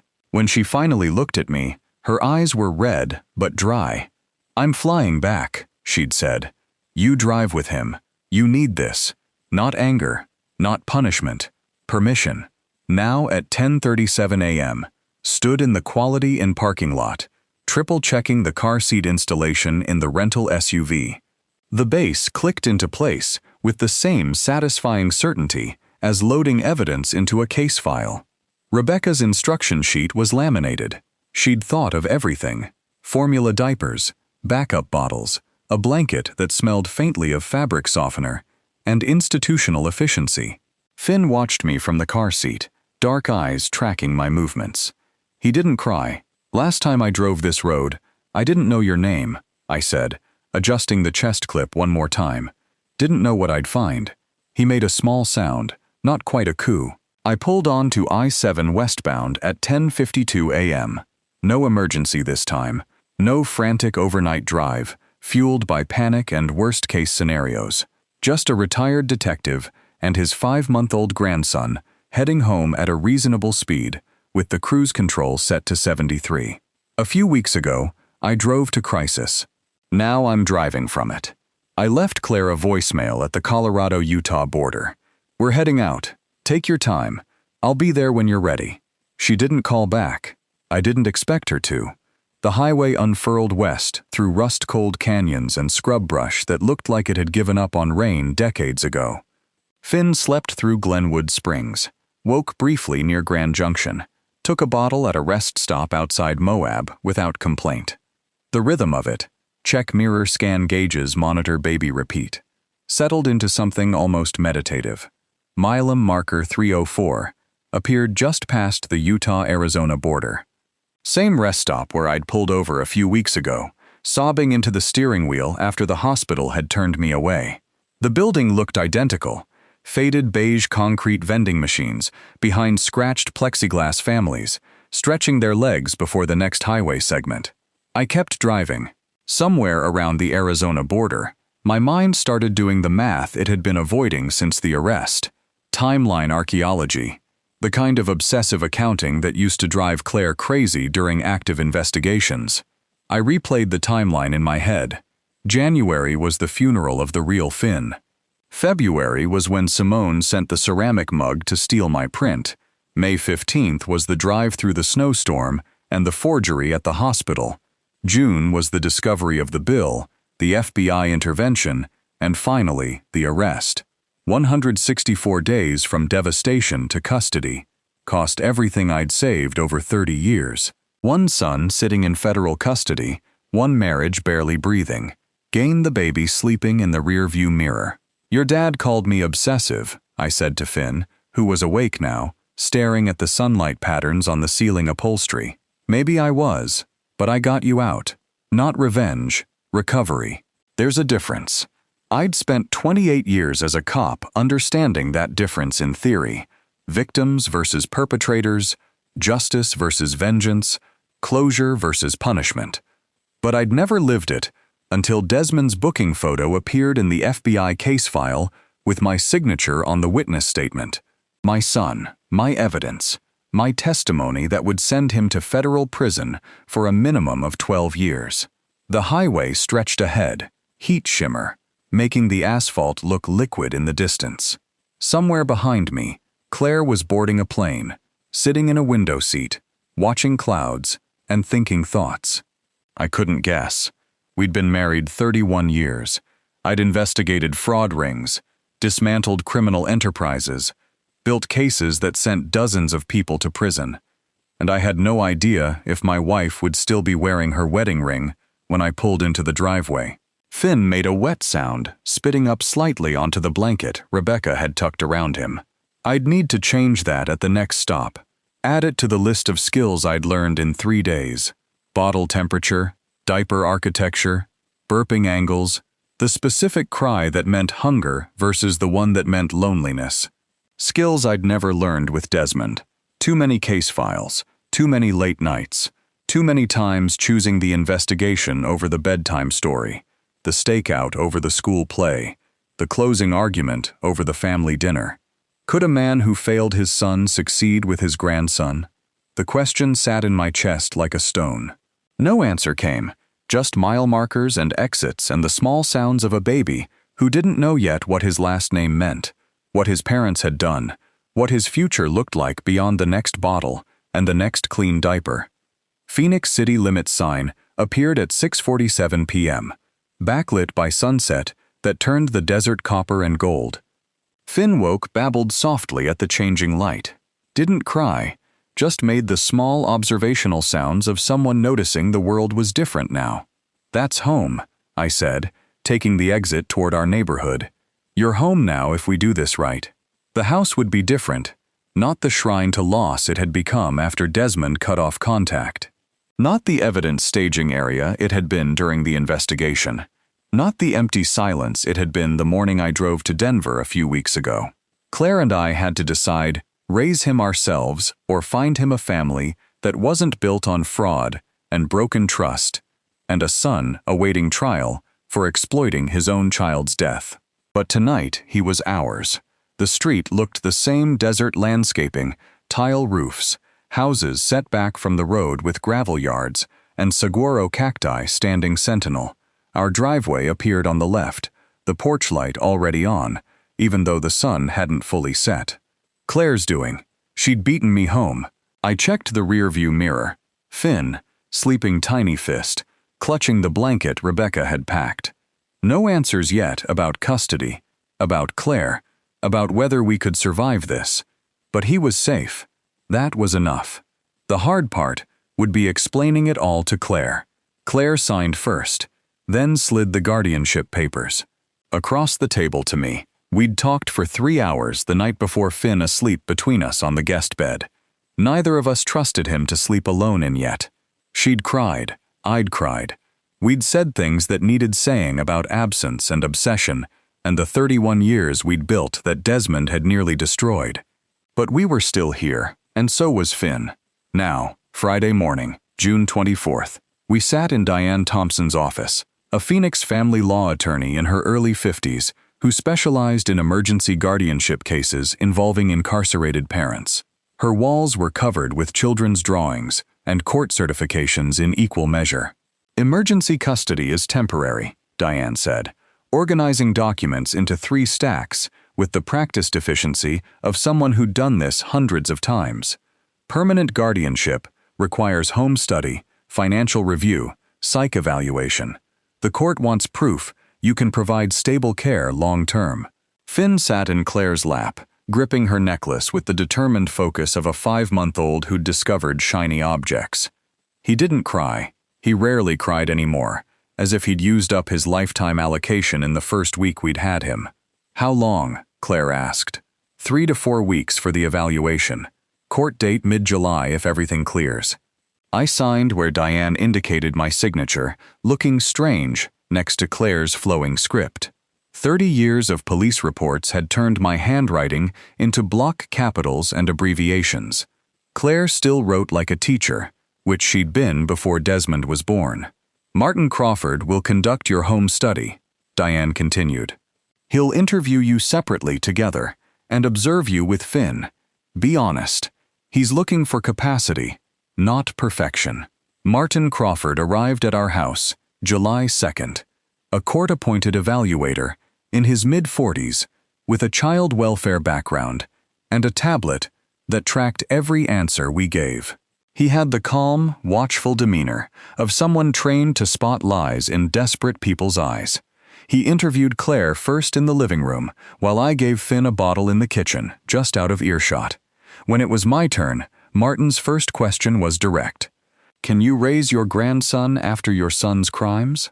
"Yes," I said. "Why?" "Because he's innocent. Because someone has to. Because I failed once and won't again." Martin made notes, his stylus moving steadily across the tablet screen. "Your wife said something similar. She's been attending grief counseling since June. She told her therapist that managing the trauma of what Desmond did was the hardest thing she's ever faced. Did you know she felt completely hopeless back in the spring?" The words hit me like a fist. While I was focused entirely on tracking the financial fraud, my wife was silently drowning in despair. March, the same month I discovered the fraud. "No," I said quietly. "I didn't know. She's stable now. The counselor confirmed it. But you should talk to her. We did that night. Claire told me about the darkest nights in April. The moments she felt she couldn't carry the weight anymore in May. The moment Finn arrived and gave her something to protect instead of something to mourn. I already lost one Finn, she said, her voice steady in a way that meant she'd practiced this. I won't lose another. The transition from temporary emergency custody to permanent adoption didn't happen in a courtroom. It happened in a quiet coffee shop 3 weeks later, sitting across from Simone's younger cousin. She was a frail 19-year-old girl with hollow eyes. I can't give him what you can, Mr. Madden, she had whispered, her tears falling onto the table. I'm drowning, with postpartum depression. When Simone took him, I thought he'd have a wealthy home. I didn't know he was collateral for a loan shark. Please let him stay with you. Let him have the life they promised him. She signed the voluntary relinquishment forms that afternoon. She just wanted her son safe from the shadows her family had cast. Finn's first word came September 3rd. Dada. He was pointing at me. Claire laughed, tears streaming down her face, and corrected him. Grandpa? That's Grandpa. But he kept saying it, delighted by the sound, by our reactions, by the power of making noise that meant something. October brought first steps, 3 wobbling paces from the couch to my hands, before he collapsed, giggling into my arms. Claire captured it on her phone, played it back 6 times, then texted it to her sister with a message I saw over her shoulder. He'll never remember his parents. Is that mercy or tragedy? I answered later that night, holding her while Finn slept in the nursery we'd converted from Desmond's old room. Both, I said. Always both.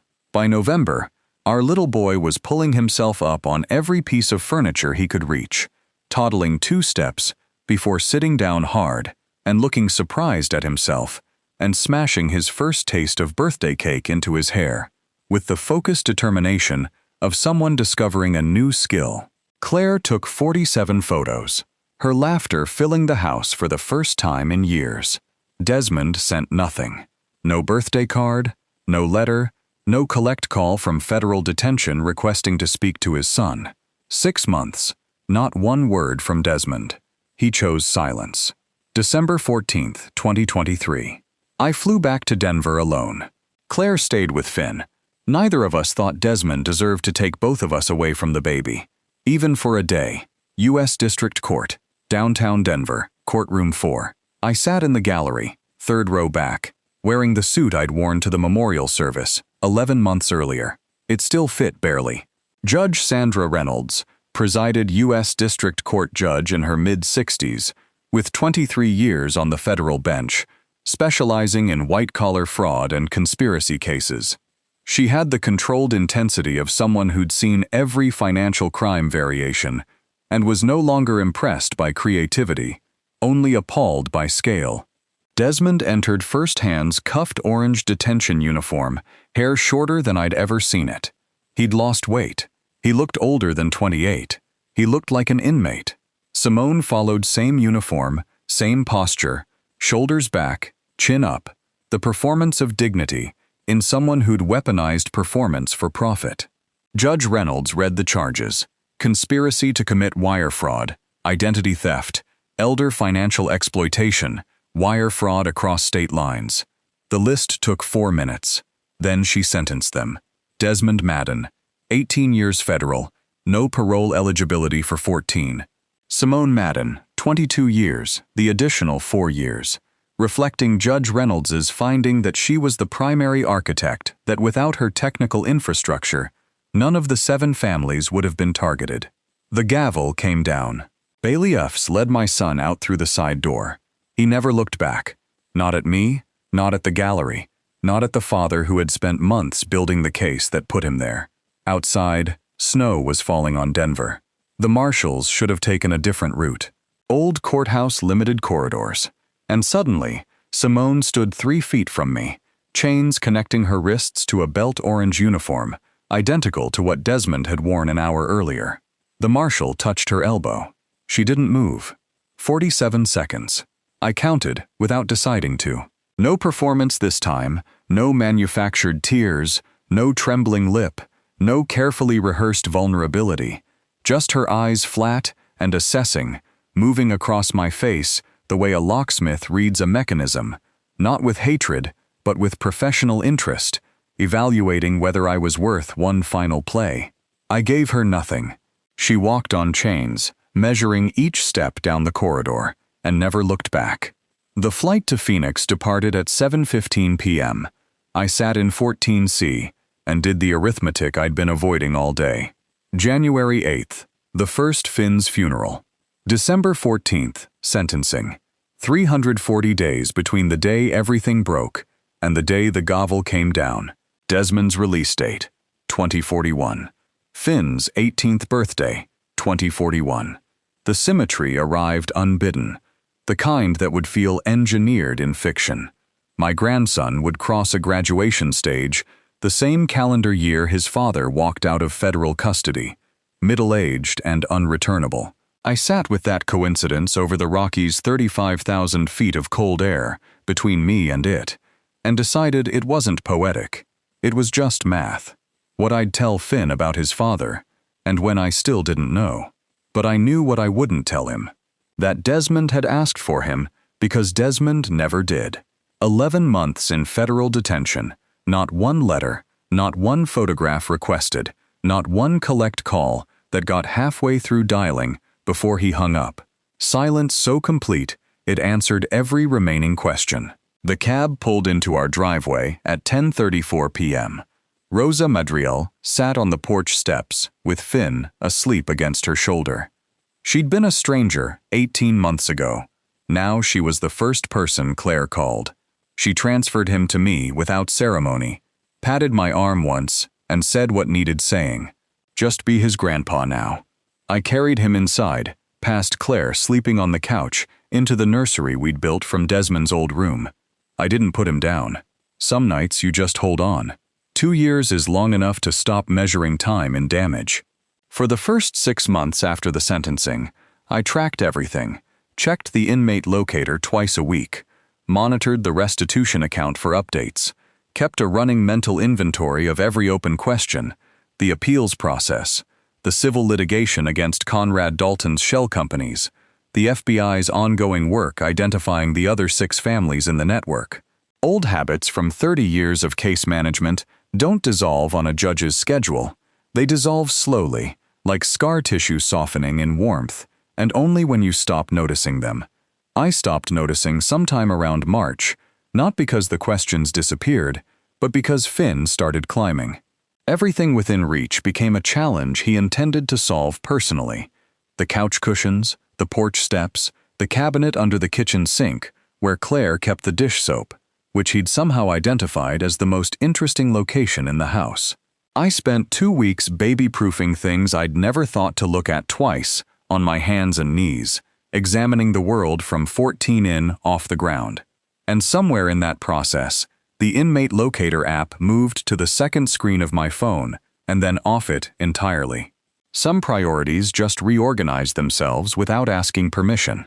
This particular Tuesday morning, I was sitting on the back porch with coffee cooling in my hand, watching Finn conduct a thorough investigation of the gap between the fence slats where a lizard had disappeared 4 minutes ago. He hadn't given up. He was crouched with his palms flat on the warm concrete face, 3 inches from the fence, utterly convinced that patience and close observation would yield results. He was more right about that than most people twice his age. "Gamma," he said, not looking up. "It in there." "I know," I said. Why it in there? Probably scared. He considered this with the gravity of someone filing new information. "Of me. Of how fast you move," I said. He seemed to accept this as a reasonable explanation, and went back to watching the gap. I went back to watching him. Finn Madden, 2 years and 4 months old. Dark eyes that tracked everything, a laugh that started in his whole body before it reached his face, and an absolute refusal to accept that anything was beyond investigation. He had Claire's patience, and according to Claire, my obstinacy, which she delivered as a criticism, but clearly considered an asset. The DNA results had come back 11 months after the arrest. Desmond was not Finn's biological father. The report had arrived in a plain envelope on an otherwise unremarkable Wednesday, and I'd sat with it at the kitchen table for a long time before showing it to Claire. We'd talked until midnight about what it meant, what it changed, and arrived at the same answer from different directions. Nothing and everything, respectively. Nothing about how we felt about the child in the next room. Everything about what we eventually owed him in terms of truth. That conversation was still years away. There was no urgency to it anymore. Finn wasn't going anywhere. The sliding door opened behind me. Claire emerged with her own coffee, wearing the blue cardigan she'd had for 15 years, the one with the fraying cuff she refused to replace because she'd bought it the week Desmond started first grade. And sentimentality sometimes outranks practicality. She settled into the other porch chair without ceremony, the way people do when they've shared a space long enough to stop announcing themselves. We sat in comfortable quiet and watched Finn watch the fence. "He's been at that for 20 minutes, she said. 23, I said. She glanced at me sideways. "You're still counting things. Old habit. Some of them are worth keeping," she said, which was more generous than I deserved, and exactly the kind of thing Claire said when she decided to be generous rather than accurate. 8 months of marriage counseling had taught me to recognize the difference and not push on it. Dr. Grantham had asked us both separately and then together what we thought the marriage needed most. Claire had said presence. I had said patience. Dr. Grantham had noted that we'd each identified what we planned to give rather than what we hoped to receive, and asked us to sit with that for a week. It was the most uncomfortable assignment either of us had received since graduate school, and also the most useful. We were still sitting with it in the best possible sense. Some conversations don't conclude, they just deepen. Rosa appeared at the fence gate around 10:30, the way she appeared most mornings when she heard Finn in the backyard, with garden gloves tucked in her pocket, and no stated reason for being there. She'd become the architecture of our daily life, without any formal agreement. The person who held Finn when Claire needed both hands, who left containers of soup on the porch during the weeks when the legal paperwork piled up, and cooking felt impossible, who simply existed nearby, with the steady reliability of someone who understood that recovery is primarily a logistical problem. "Morning," she said, letting herself through the gate. Finn abandoned the fence investigation and ran to her with the complete confidence of a child who has never once been turned away. She caught him, swung him once, set him down with the practiced ease of someone who'd raised 4 children and still had the muscle memory. "Lizard," he told her urgently. "In the fence, in there," he pointed. "Gamma says it's scared." "Gamma's right," Rosa said, crouching to his level. "Lizards like small spaces, makes them feel safe." Finn turned this over.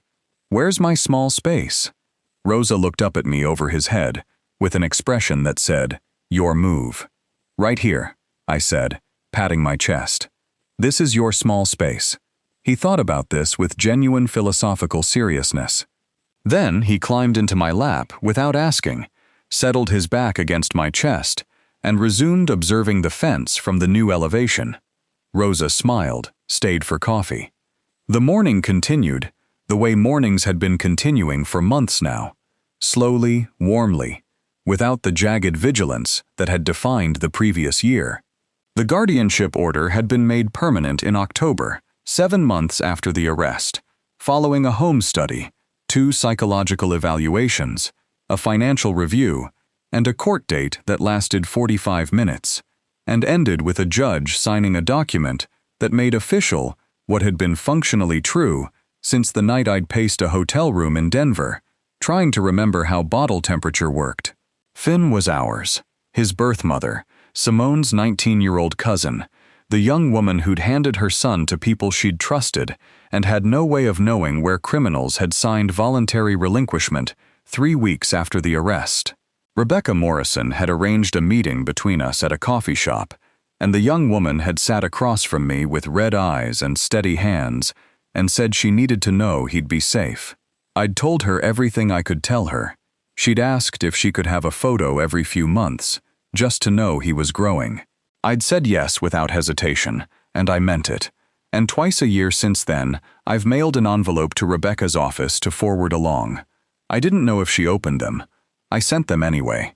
Some things you do for the record, not for the response. Elaine called on a Thursday afternoon in April to let me know that 2 more families from the network had been formally identified, that their restitution claims had been approved, and that the remaining civil proceedings against Dalton's dissolved companies were progressing through federal court on schedule. She delivered the update with the same precise, unemotional professionalism she'd used throughout the investigation, then paused and said, "How are you, Leland?" "Actually better," I said. "Better than what?" "Better than last year. Better than I expected." "The baby helps," she said. "Not a question." "The baby helps," I confirmed. She told me to call if anything changed. I told her I would.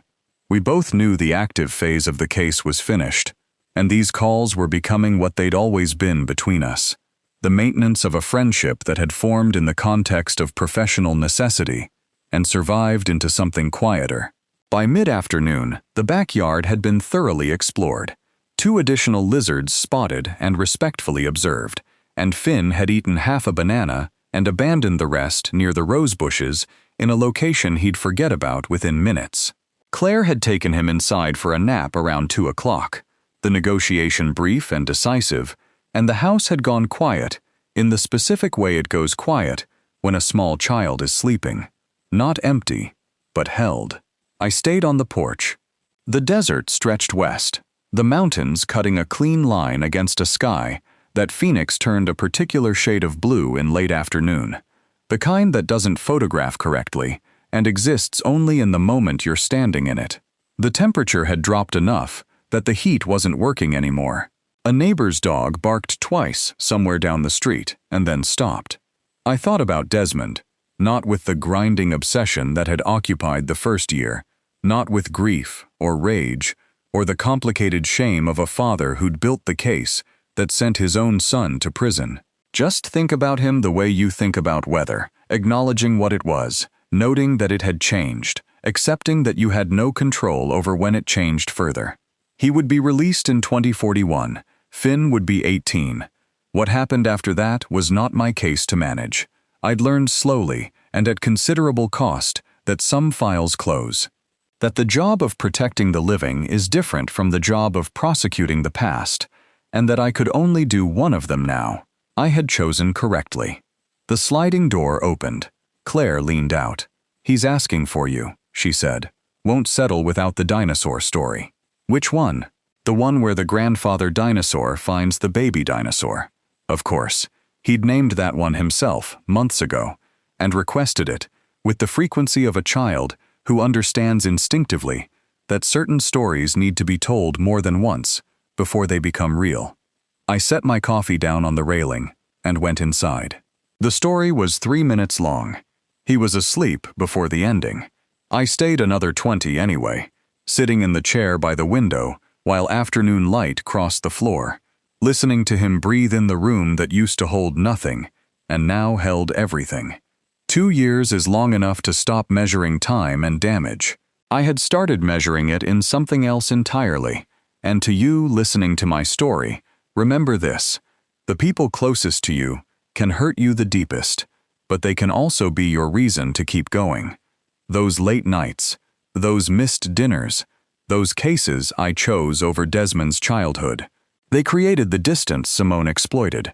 Don't make my mistake. Be there. This family story taught me that love and trust aren't the same thing. I love Finn with everything I have, but I verify everything now. Every bill, every signature, every voice on the phone. That's not cynicism. That's survival.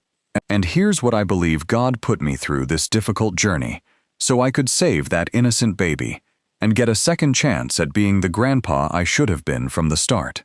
These grandpa stories we tell ourselves about unconditional trust. Sometimes they're dangerous. Verify, protect, be present. That's the real lesson from this family story. If this family story resonated with you, please leave a comment below. Tell me what you would have done in my position, Share these grandpa stories with someone who needs to hear that healing is possible after betrayal. And if you want more grandpa stories like this one, please subscribe to Dad's Revenge Stories. Your support means everything to me. Thank you for staying until the very end. As a final note, certain details in this story have been adjusted for privacy and storytelling purposes. What matters is the truth at its core. Family betrayal is real. Recovery is possible. And sometimes the hardest cases hit closest to home.